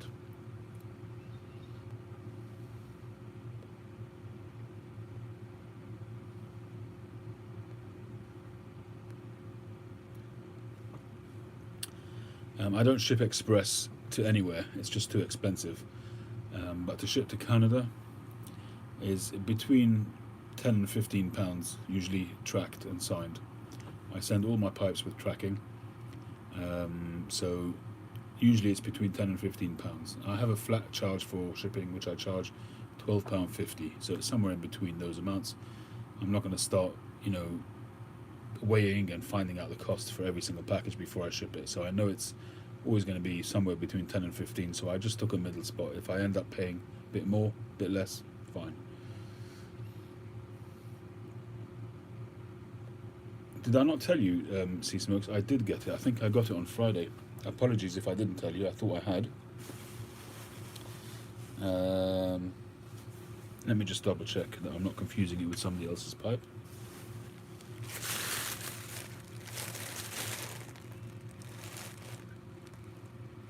No, that one's Jordan's. Jordan, if you're still on, I got your second one. Thank you very much.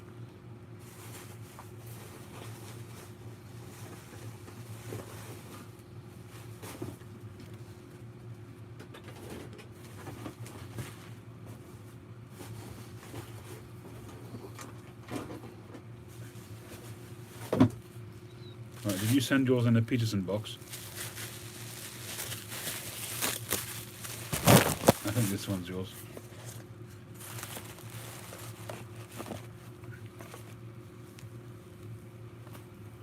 Yeah, I've got yours. Thank you very much. I should have said. Apologies.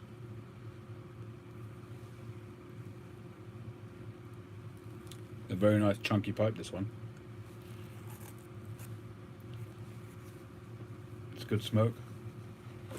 Very nice shape on the bowl. Nice conical kind of shape.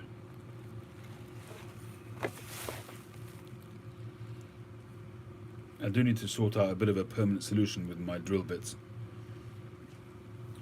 because I find I've been using the regular spoon bits, but the regular ones, not the specialized ones, and they just wear out after a while, and they end up really leaving a lot of chatter in the bowl.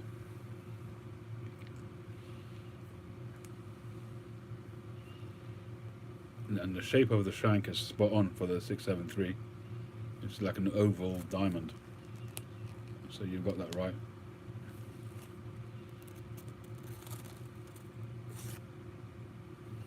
Got some nice grain on it too.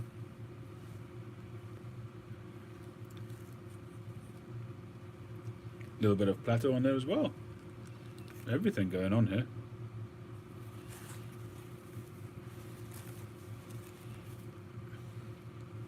All of the auction pipes are 673s, yep. The 673 shape. It's the artisan carver's version of the 673 shape.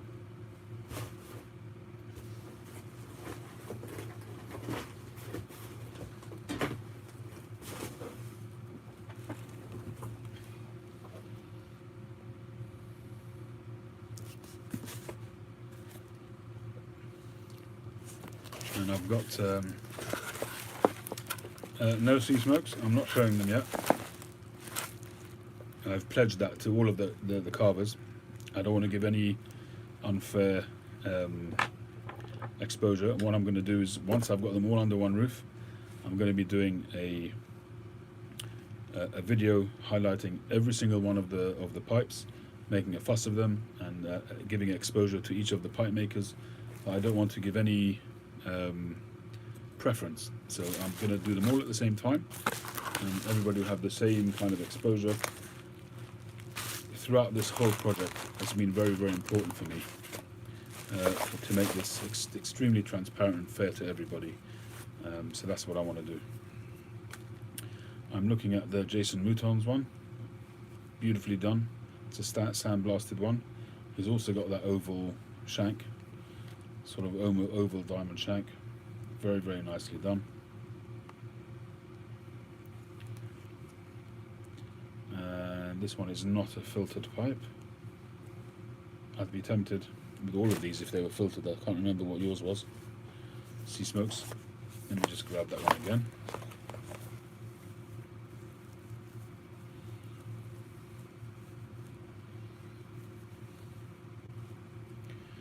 No, this also isn't.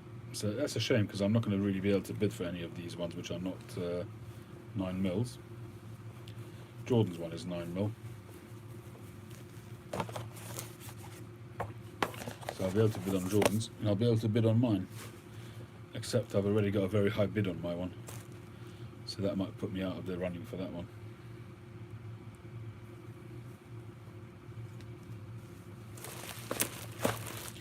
So I've got at the moment 1, 2, 3, I think I've got 3 of the pipes.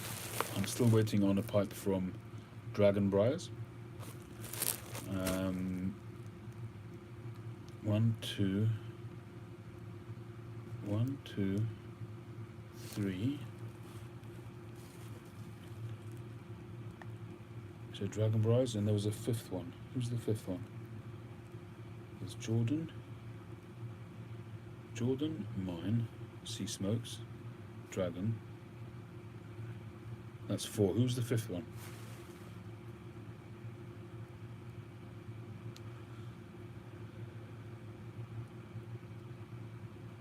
Yeah, I'm not counting those because you told me to be stum. But there's another one. Who was the 5th one?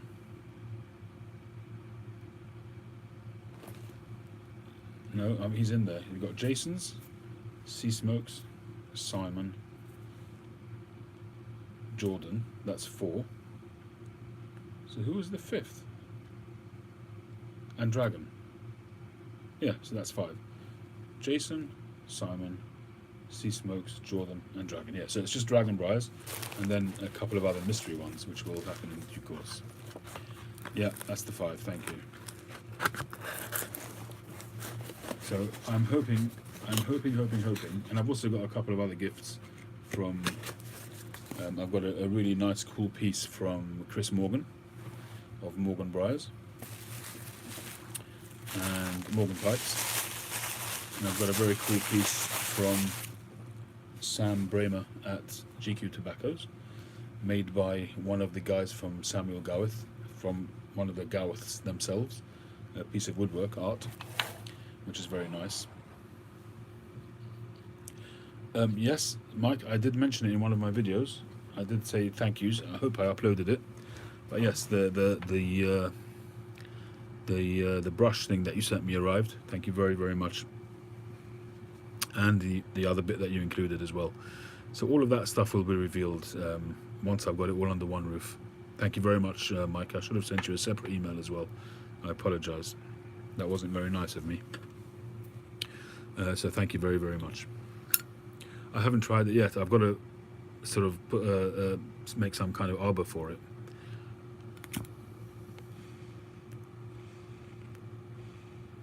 So I mean, a simple way of doing it, I guess, is just a nut and bolt with a couple of washers.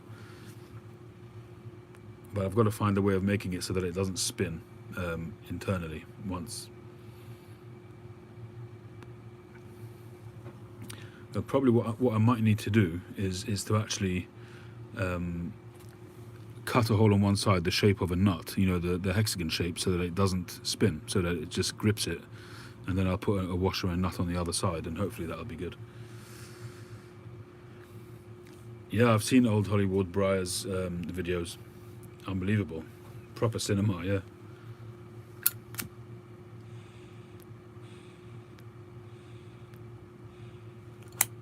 What happened to the guy? What was it called? Guy Got Pipes? Something like that. He was making some nice videos as well. But he seems to have disappeared.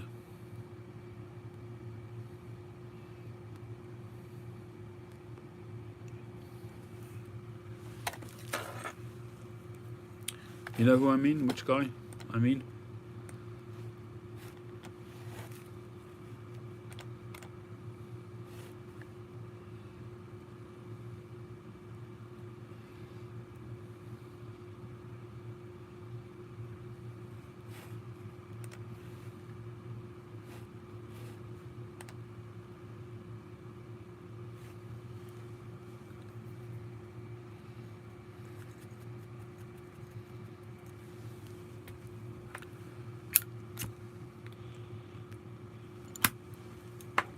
Well, Mike, I think I've found a use for this pipe. So I really wasn't enjoying it, but it's smoking this really, really nicely. I don't know if you've ever tried this, Mike. This is a Virginia Oriental.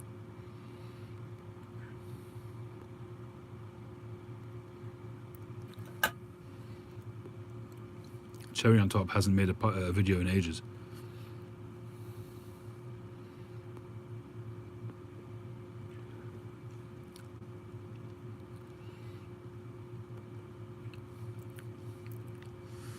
If you can get it in the States, Mike, I can't say that I'm totally understanding your palate, but I think I've seen some of it, and it's worth a try.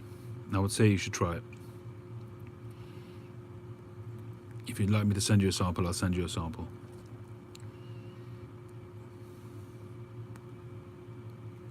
But this actually is quite aged, so it might make a difference. He says this has got a minimum of 5 years, but I think it's actually older than that.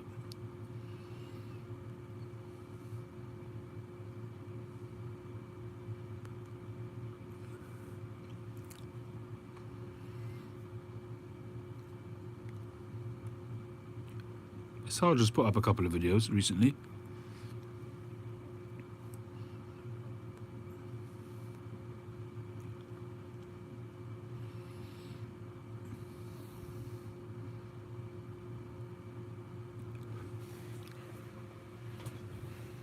Yeah, that's right. He did put one up today.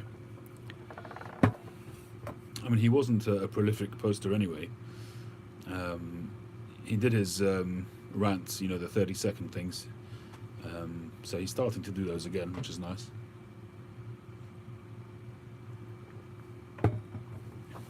I'm hoping that once my video is out with all the pipes, that I hope he'll make a video to promote it. I did send him a message on one of his videos, but I hope he will get in on it.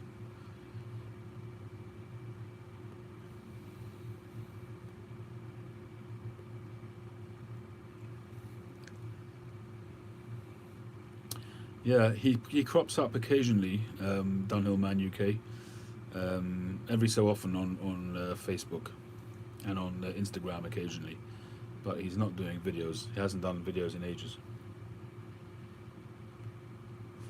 No, don't really know Dan Tobaccos. I think I've maybe tried one. Is Blue Note a Dan Tobacco? It's an aromatic. I think I've tried that.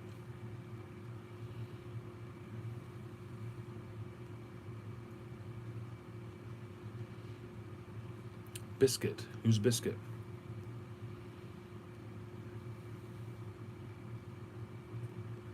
Yes, he smokes. I was worried about that, especially with the Pipe Nook thing with his pipes. So I was worried about that it might overshadow the auction. But once the pipes come in, I'll make a plenty fuss of it, and I'll get people to be doing it. Mike's already started mentioning it on his videos, and it'll go up on Briar Report. And as I said, I'd like to get some of the well-known faces to talk about it.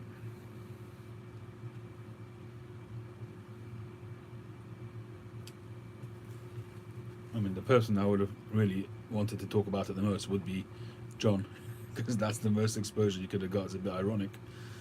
Unfortunately, he won't be able to do that. I was actually thinking, which would have been quite cool and a little bit creepy, I was actually going to ask his daughter to put out a video on his channel. I think I will ask her that. Whether she'll do it or not, I don't know.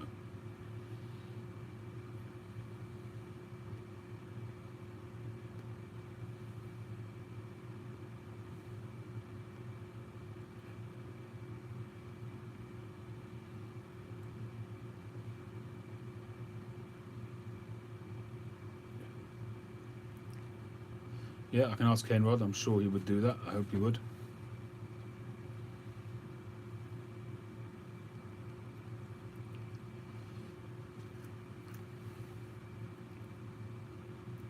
And if Mutton Chop was around, I would ask him as well, because he's got fantastic exposure.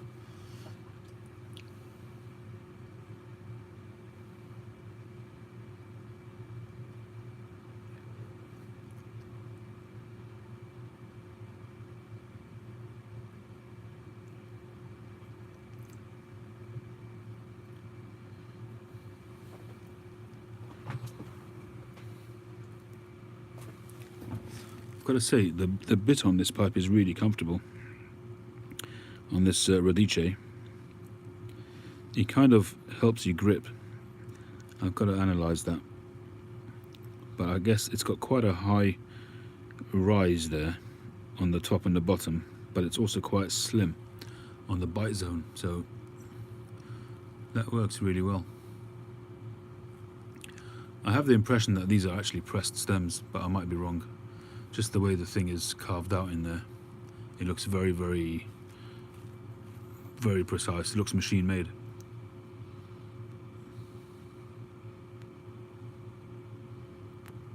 Good night, Maui, all the best.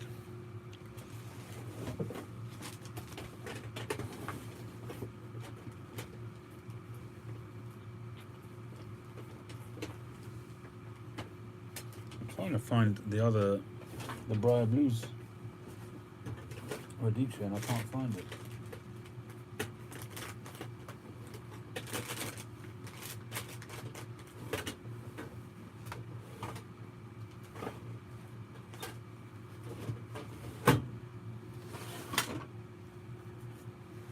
Is this it?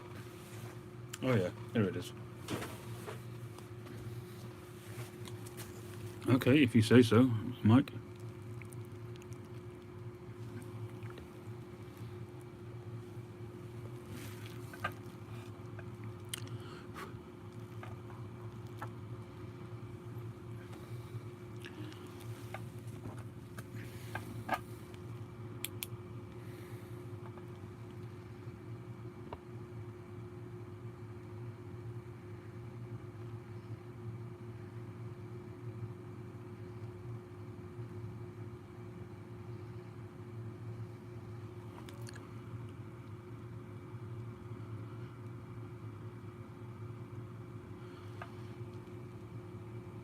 They look very identical to me, but I guess they're not precisely identical.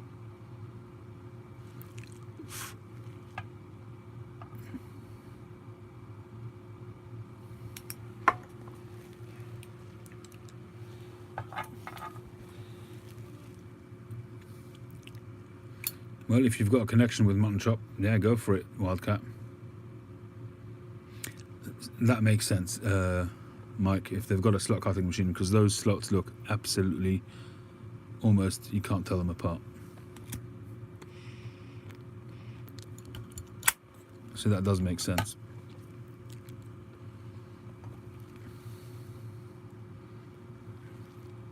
Still have to decide what I'm going to smoke in this pipe. Gorgeous shape, proper shape 55, and with those magic words, Briar Blues. You know when you got the blues, the piping blues.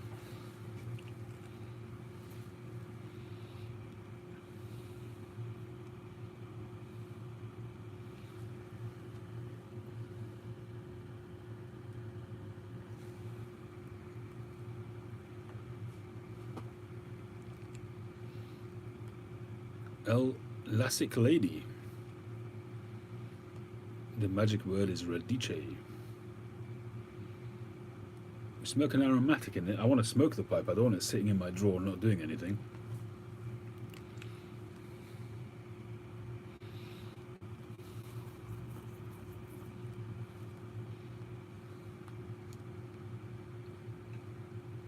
Pipe Friendly Magazine. Never heard of that. I was reading an old copy of Pipe Collector today, and the Briar Blues is mentioned in there.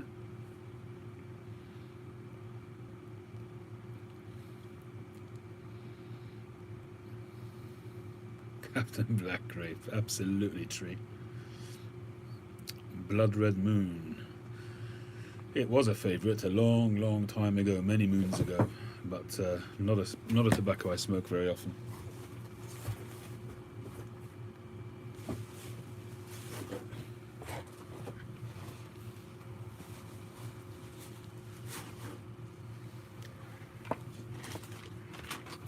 Incidentally, I did get a nice little haul of tobacco. I didn't do a Yapo, but I'll show it to you guys. I got there was a guy on Instagram selling off some McClellan tobaccos, and I figured I'd pick some up. The pricing was pretty good, and there was some Esoterica as well amongst that. And I'll show you what I got.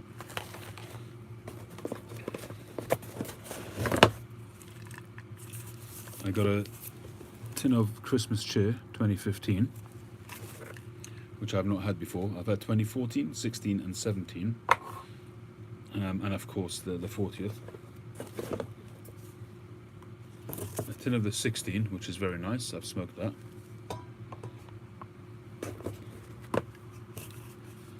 I got a couple tins of the 40th, a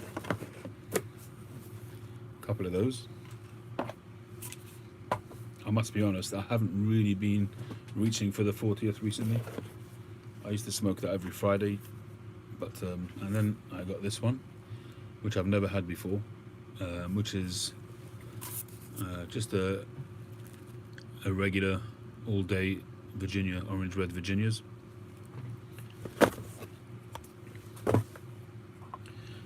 And I even got a bag of Penzance, which I haven't managed to get for a long, long time. I'm not, as I say, I've said many times recently, I'm not on the chase, but the opportunity arose and I grabbed it. I'm no longer sort of chasing the shops that I used to sort of try and get the stuff from. And the stuff is out there to be had. I mean, you've got the guy here in the UK, Ichiban, whatever he's, I don't know how you pronounce it, he keeps on getting from Copper Joe's. I mean, he's obviously a regular customer, so they look after him, which is fair enough. I had that with Boswell's at one stage, but no longer, because I don't buy their pipes anymore.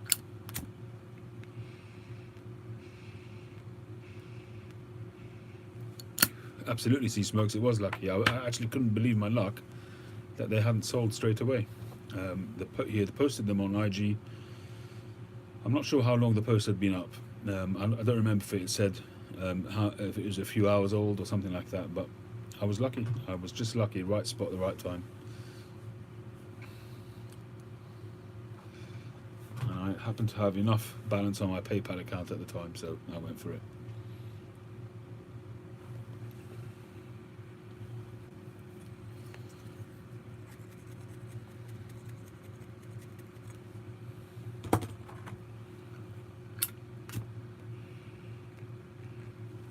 Timing, and if you're buying from shops, it's who you know.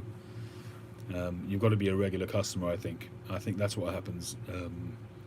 They look after the regular customers, so as soon as they get stock, they get an esoterica drop, they notify their regular customers, and whatever's left is available for everybody else. And there are some shops who are really honest about it, and they'll sell the recommended retail price, and you can get, I remember from Boswell's, I'm not sure what they charge now, but when I was buying them, I was paying $40 or $50 for an 8-ounce gold bag. I don't know what they charge now, but they were charging me the regular price, which was phenomenal. And the tins were whatever it was, $12, $15, something like that.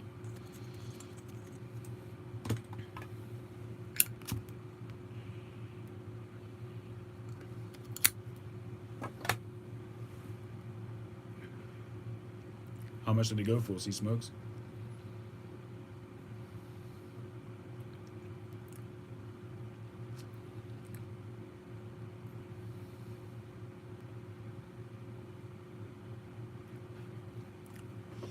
I think that with the Everson, although I'm no great expert, Mike will be able to advise more, but from my own personal perspective, I think out of the trio, if you're going to start now collecting Everson pipes, and depending on what you're after, I mean, Sixton Eversons, they go because of their age as well, and because he was the original, the father figure of all these new shapes which came out at the time.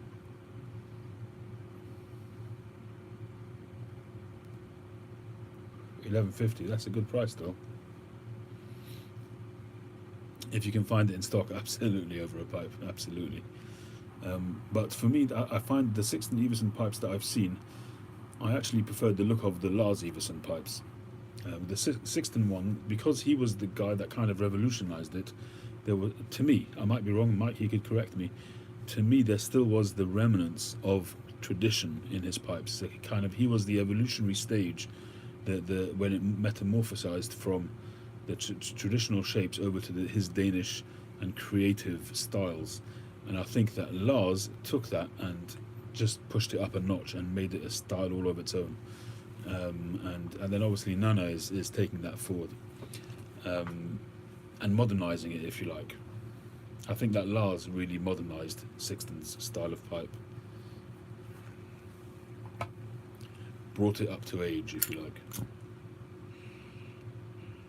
So from my own aesthetic preferences, if I was in that kind of market, if I had that kind of disposable income, I'd probably be going for Lars pipes rather than Sixton.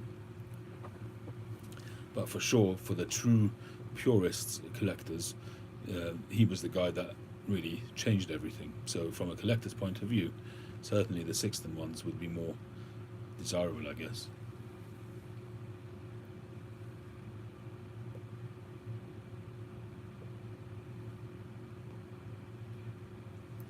But these kind of pipe makers have become unreachable for the vast majority of us, which I find it's a shame, but that's the way it goes. Can't afford it, you can't afford it. And you also have to decide whether it's worth it.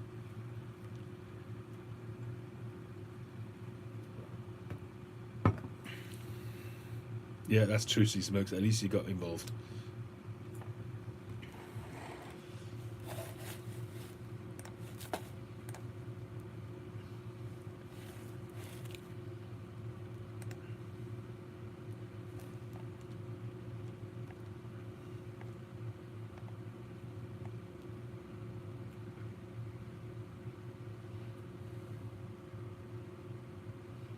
Yeah, I mean, you can get really lucky on eBay if you find misspelled stuff, that's for sure. I once got a Les Wood pipe, not the last two that I got now, but a good while back. I got a Les Wood pipe because they had labeled it. It really depends on how, because genuine, real finds, widows who auction off their husband's pipes and they don't know that much about it, I think are few and far between nowadays. You'll often get these guys listing pipes with the stems, when you've got a curved stem, and they'll show the picture of it like that. So they lead you to think that they don't know what they're doing, and they don't know, and you think you're going to get a bargain. Um, I think those purchases where you've got genuine bargains, they're few and far between nowadays. And occasionally you'll find one. And I got a Les Wood pipe. It was listed as a I think Mr. Wood or something like that, or Mr. Woods. I mean, it wasn't the title. It was just not what you'd expect. And I got it for a good price. I think I paid about £90 for a pipe which was worth a lot more than that. So there's a lot of people who do that. They just search for stuff with weird names and weird spellings, and you can get some bargains. I think they're becoming fewer and fewer and fewer and far between, but they are out there at times.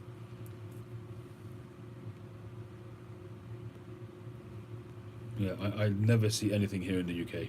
Never anything worth buying.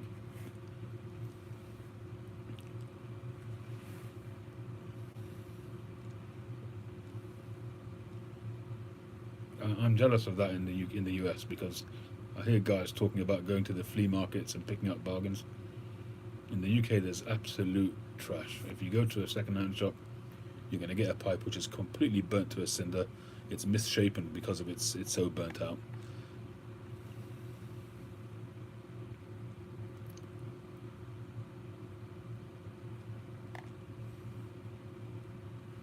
I find still, in terms of estate pipes, in the medium sort of price range, that one of the best places to go to is the Danish pipe shop. I think they're fantastic.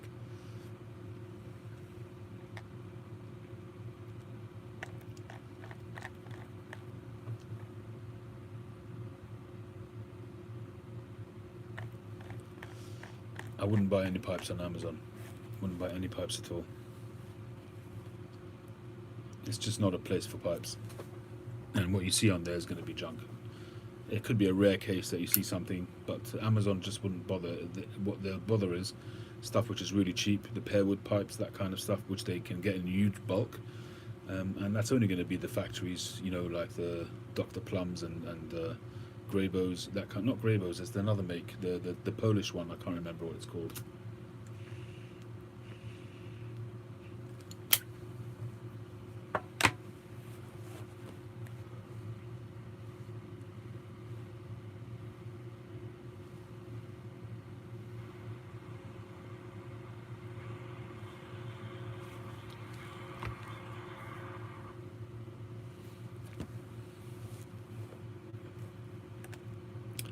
But also in the Danish pipe shop, you see some pipes which go for stupid money, and I just can't see it. But they sell. Eventually, they sell, and whether they sell for that price or not, I don't know.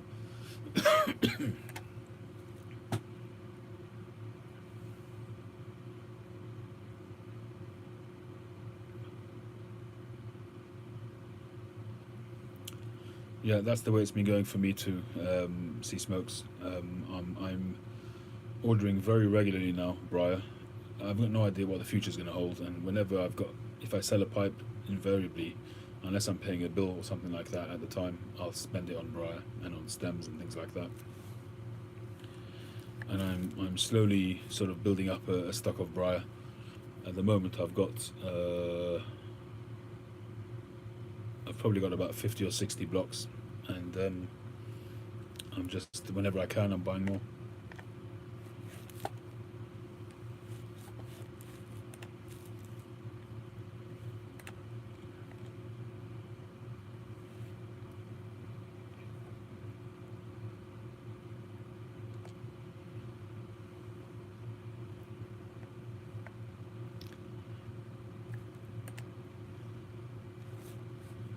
I mean, there's a couple of guys on the Danish pipe shop which I just don't get it. You've got Anne Julie, which I understand the arty side of things, but still the prices are just ridiculous. But they sell. And then you've got Teddy Knudsen. I just don't see it personally, but that's just me. I mean, you've got this. This is a Teddy Knudsen pipe.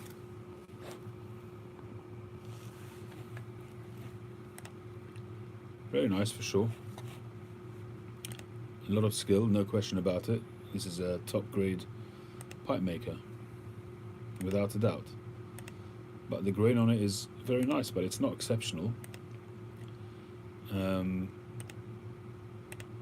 The shaping is also very, very nice, but it's not exceptional. And it's 11,800 euros. I just don't see it. And you've got Anjuli, for instance. This pipe here, what was it? 4,170 euros. That's sold. And you've got this one here. This was crazy money. This was 10,500 euros. So there's there's certainly an art there, an arty factor, but I personally don't get it. But I guess some people do.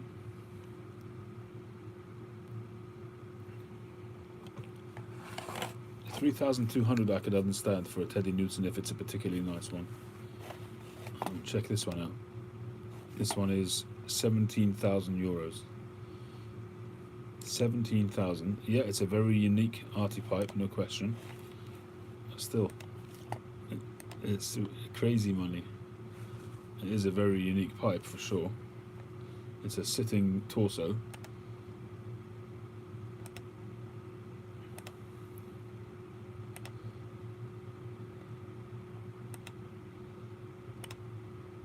Very unique. But is it worth 17,000? It's a piece of art, really, this one. It's definitely different strokes and different smokes. Okay, that one may be an exception. It's very, very arty.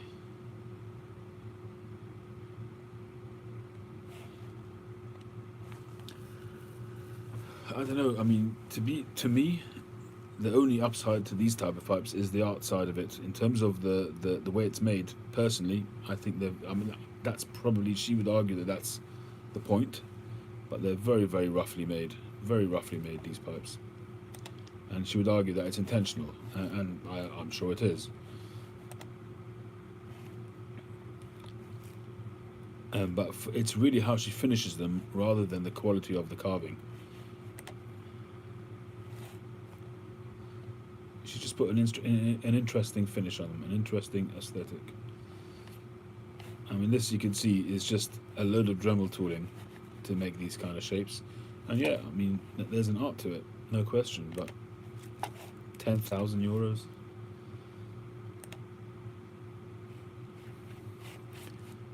As you say, horses for courses, different strokes for different folks.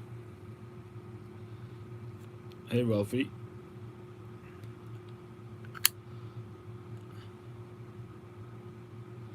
That's why lottery winners are broken 5 years. I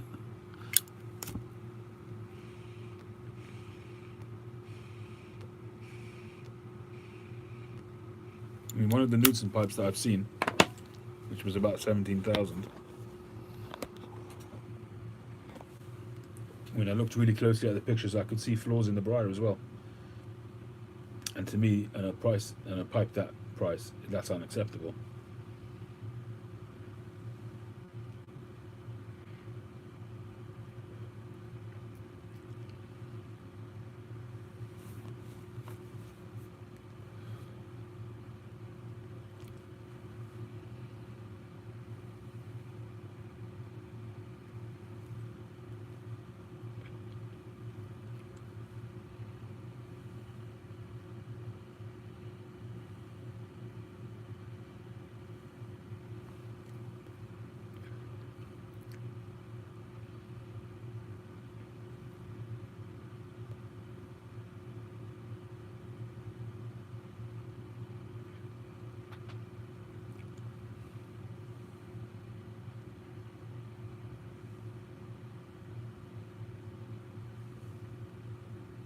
All right, well, We are 2:37 a.m. So I think it's time to say arrivederci.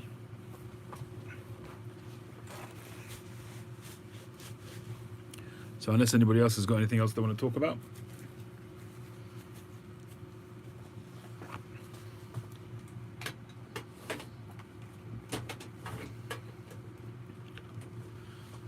I'm going to bid you all good night. Thank you, Mike. Thank you, Mike. Mike and Mike. Thank you, Paul. Thank you, Josh. Sea Smokes, did you get those extras? Ooh, let me check.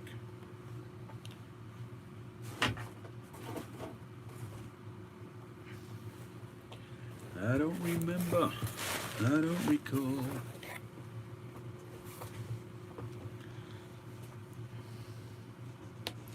Because my memory is diabolical. You put something in there for me? Seriously?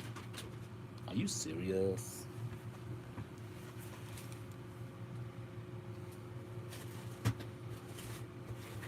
Hang on, let me find the box. Let me find the box.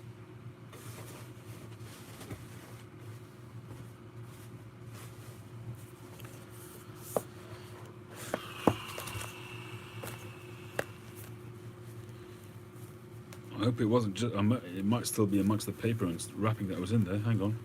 I've got the pipe. I've got that hunk of a pipe.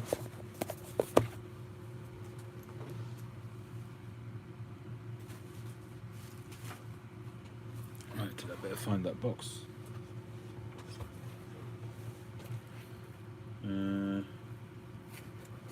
Is this your box? Right, this one's from Jordan.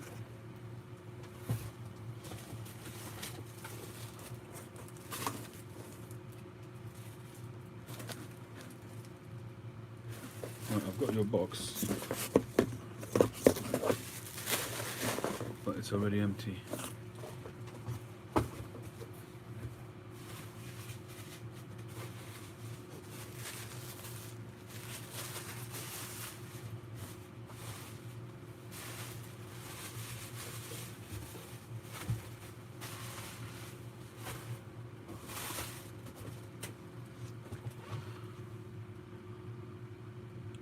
Brown envelope.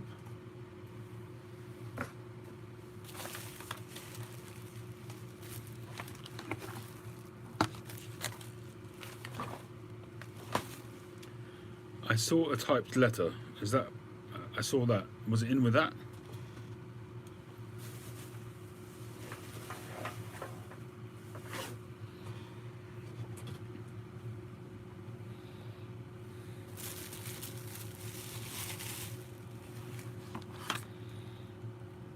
Oh, well, in that case, I'm not sure. I will have to go to my garage, because I think I opened it there. I hope I haven't dropped something out. Do you want to tell me what it was? Oh. Okay.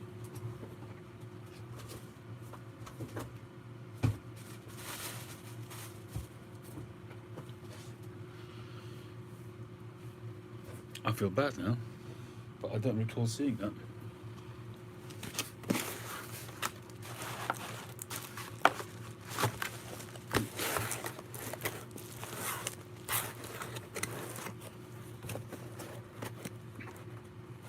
Oh, I think I know what you're talking about. You're talking about the drill bits.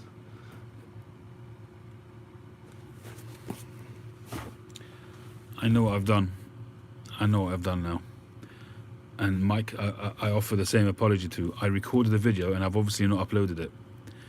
I recorded the video opening the box, and I didn't show the pipe because I said that I wouldn't show the pipes until I had them all together. But I did show the drill bits, and I did show your letter. I read parts of your letter out, the bits that I thought were okay. And I also showed the stuff that Mike sent me. And I think the reason why I didn't upload it was because I also showed all those tobaccos that I got, and I kind of decided not to do that. And I'd forgotten that all of those bits were on there as well, so maybe I'll upload it then. Apologies all round. Sorry about that. But you guys know what my memory is like. So I'll upload that video. I didn't really want to do the tobacco one, but there you go. So we'll see. Yeah, I'll upload it. Sorry about that.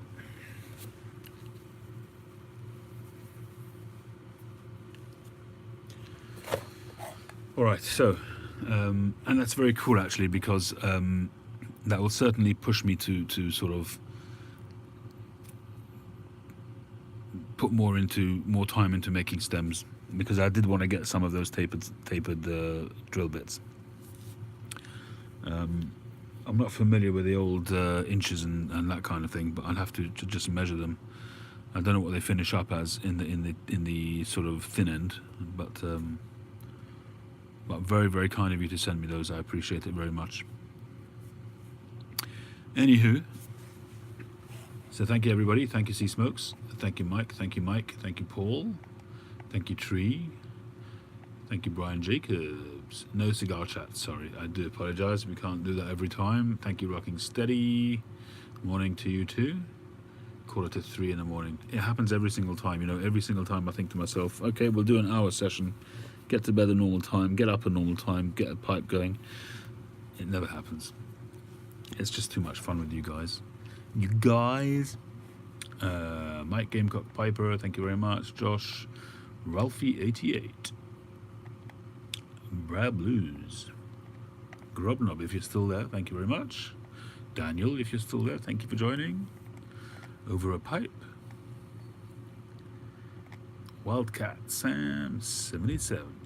Thank you everybody. I wish you all a fantastic weekend, and I will catch you on the next one.